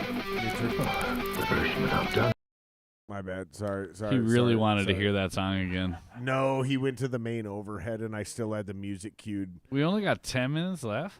Yep. That's how fast this flies, dude. It does fly It by. seems everybody does this. Sorry, Everybody it has became like a personal conversation. No, that's what it's supposed to be, dude. Because you're in Duratio now. You might be in another band in 3 years. Yeah, right? that's true. You were in a different band 5 years ago, right? So, like, at the end of the 10, day, but all right. whatever. Don't eat me on this specific. If we're gonna be fucking constant, let's be constant. But the real But point no. of these podcasts is for people to become a fan of you and get to know you, and that's how they're going to appreciate and enjoy your band more going Fair. forward. Fair. Well, Because check it's us really out. easy to just put up a bunch of fucking Facebook videos and make yourself look cool. But when everybody's doing that, none of that matters. Like this is the future of how all of this happens. Fair. You're not going on morning radio to try to hope to sell a couple tickets that night. You're coming on a podcast. I would love to go on a morning radio show.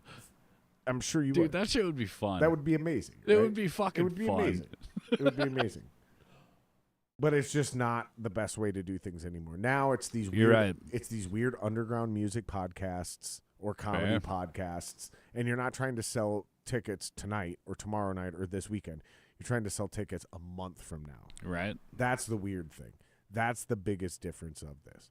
All right. And people will consume this at 20 minutes at a pop or 30 minutes at a pop while they're at work over time. And it's not just about Duratio or just about Jared or just about Jeff. It's about really, and now I sound a little pretentious, but I got to finish it because I already started it. You're already in. Let's go. Dive in, bud. What I keep saying is it started off when we started the if I could do 10% of what Joe Rogan did for the comedy scene, if I can do that for the local music scene, we're going to be a raging success. That Fair. motherfucker has gotten so big, though, that now it's like if I can do 1% of what he's done for the comedy scene, for the local Minneapolis music scene, we can take it from a music scene back to a music industry, right? So it's going to start with a lot of things, but number one is just building the community and the awareness of the talent and the abilities of everybody that's out here so people can become aware and have options and go, hey, it's Friday night. Let's go check out a band. Oh, you know what? We heard about that band on Jared Singer's podcast. They're playing at Club Underground tonight. It's $10. Let's go check it out. Fuck Why it. not? Yeah. You know what I mean? What do you got to lose? That's where it starts. It's just the simple things. And it, believe it or not, it has already started to happen, and it's super cool when guys come up to me and they go, hey, man, you know, I had somebody come up tonight and check out our band, and they said they saw us on your podcast. I'm like, Right. all right, that's where it starts. Does that happen? Oh, yeah. Oh, yeah. Sweet. Several times now. And it's cool because we only have fucking 400 or 500 subs on YouTube. We're not on audio again right now, but we used to be. And we had thousands of subs on audio, which is why we got to get back on there. Because Get that's the where it fuck happens. back on it. What are you doing? Well, it's some weird shit. So basically, we didn't upload enough podcasts in a period of time, and Podbean just like dropped our hosting. So all my I was still paying my monthly fees. Right. Well, that's kind of fucked up. I know. And so I'm actually like in a dispute with them right now. I'm like, I never stopped paying. Yeah, so what the like, fuck? I'm still here. I could never put out another podcast, but as long as I pay you to host my podcast, those should remain active forever. Right? But Isn't that the point of an account? right? But apparently, no. You All have to right. like remain active and keep uploading. And so Jesus. I'm in a big dispute with them because I have a big problem now where I'm like, if I re-upload with somebody else, there's going to be 2 versions of the podcast floating out there now. Right. Right? So it's like, dude, it's such a headache. But hopefully we're going to get it sorted We'll get in through the it. next like 30, 60 days, hopefully. But Jeff, if people want to follow you or your band, where can they find you online? Get us on Facebook, Derecho, DerechoBand.com, Spotify. It's hard to find us because there's many bands called Derecho, which we literally found out. But if you search Threnody, Threnody, and you find a band called Derecho, that's it. Where can people find you if they want to follow you? 'Cause they You think can you're such find a great guitarist. Thanks. Oh, that was so sweet.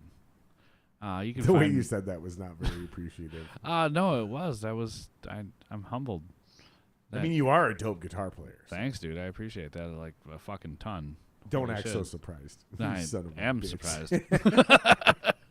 But you can just find me on Facebook. I'm Jeffrey Kampf. Is there only one of you? I hope so. And it's just Because I'm the only one. and just so people know, it's Jeff Frey, not Jeff Furry. It's Jeff Ree, Right. Like, not Jeff Uri. right. It's Jeff. And I Dude, say, I hate say, it when people spell my name Jeffery. I'm like, you So think my name is we had Jeffrey? a whole thing making sure that we typed it up right. And so we kept saying it's Jeff Frey because like the phrase from Game of Thrones. So Sure. Jeff Frey, not Jeff Furry. Right? So it's Frey, not furry. That's what we kept I'm saying. definitely Frey, not a furry. Because we had to make sure that the description in the YouTube matched the thumbnail. So we kept saying it over and over. Frey, not furry. fair. Frey, not furry. Frey, not furry. That's So. funny. That is us right there. There you go. So on screen, you guys can see it if you're watching it on YouTube. If you're listening, Look at to all this them back fucking listens to in dreams. Holy fuck. 19,000. It's pretty good. Releasing Yeah, it In on Dreams November of 1st. Lawfully. Dude, fuck off, you guys. Start spelling your shit normal. That wasn't me. Talk to Sean. Dude, I'm just busting balls, dude. Come on, guys. I am too. This is what I do. If I don't stay consistent, none of you will respect me. Threnody is another good one. Check that one out. We gotta Like figure Phoenix is a good one. That's got Mooger on it. Have you? Let's play that. Let's play out with Like a Phoenix. Phoenix, yeah, that's got Mooger on the chorus. Comes All right. in like a boss. We are playing the Montoya Machine. We are playing January 17th, Club Underground with Polydemonic, Yasilic, and Fuck yeah. Manifest Brutality. It's $10, free parking. Come check it out. Get Love there. you guys. Let's play this. Everybody song and we'll get the fuck outta there. here. See, that's why I fucking hate Spotify. I love It's Spotify. the goddamn worst. I disagree wholeheartedly. It's 100% the worst. Because if I don't pay for it, I'm stuck on shuffle. Fair. That's true. It's bullshit. I It's want to like- check your it's like band out, and I play not- one song, and it skips to another It's like band. not paying for Pandora. Is this right? Yeah. Okay. Love you guys. We're out of here, man.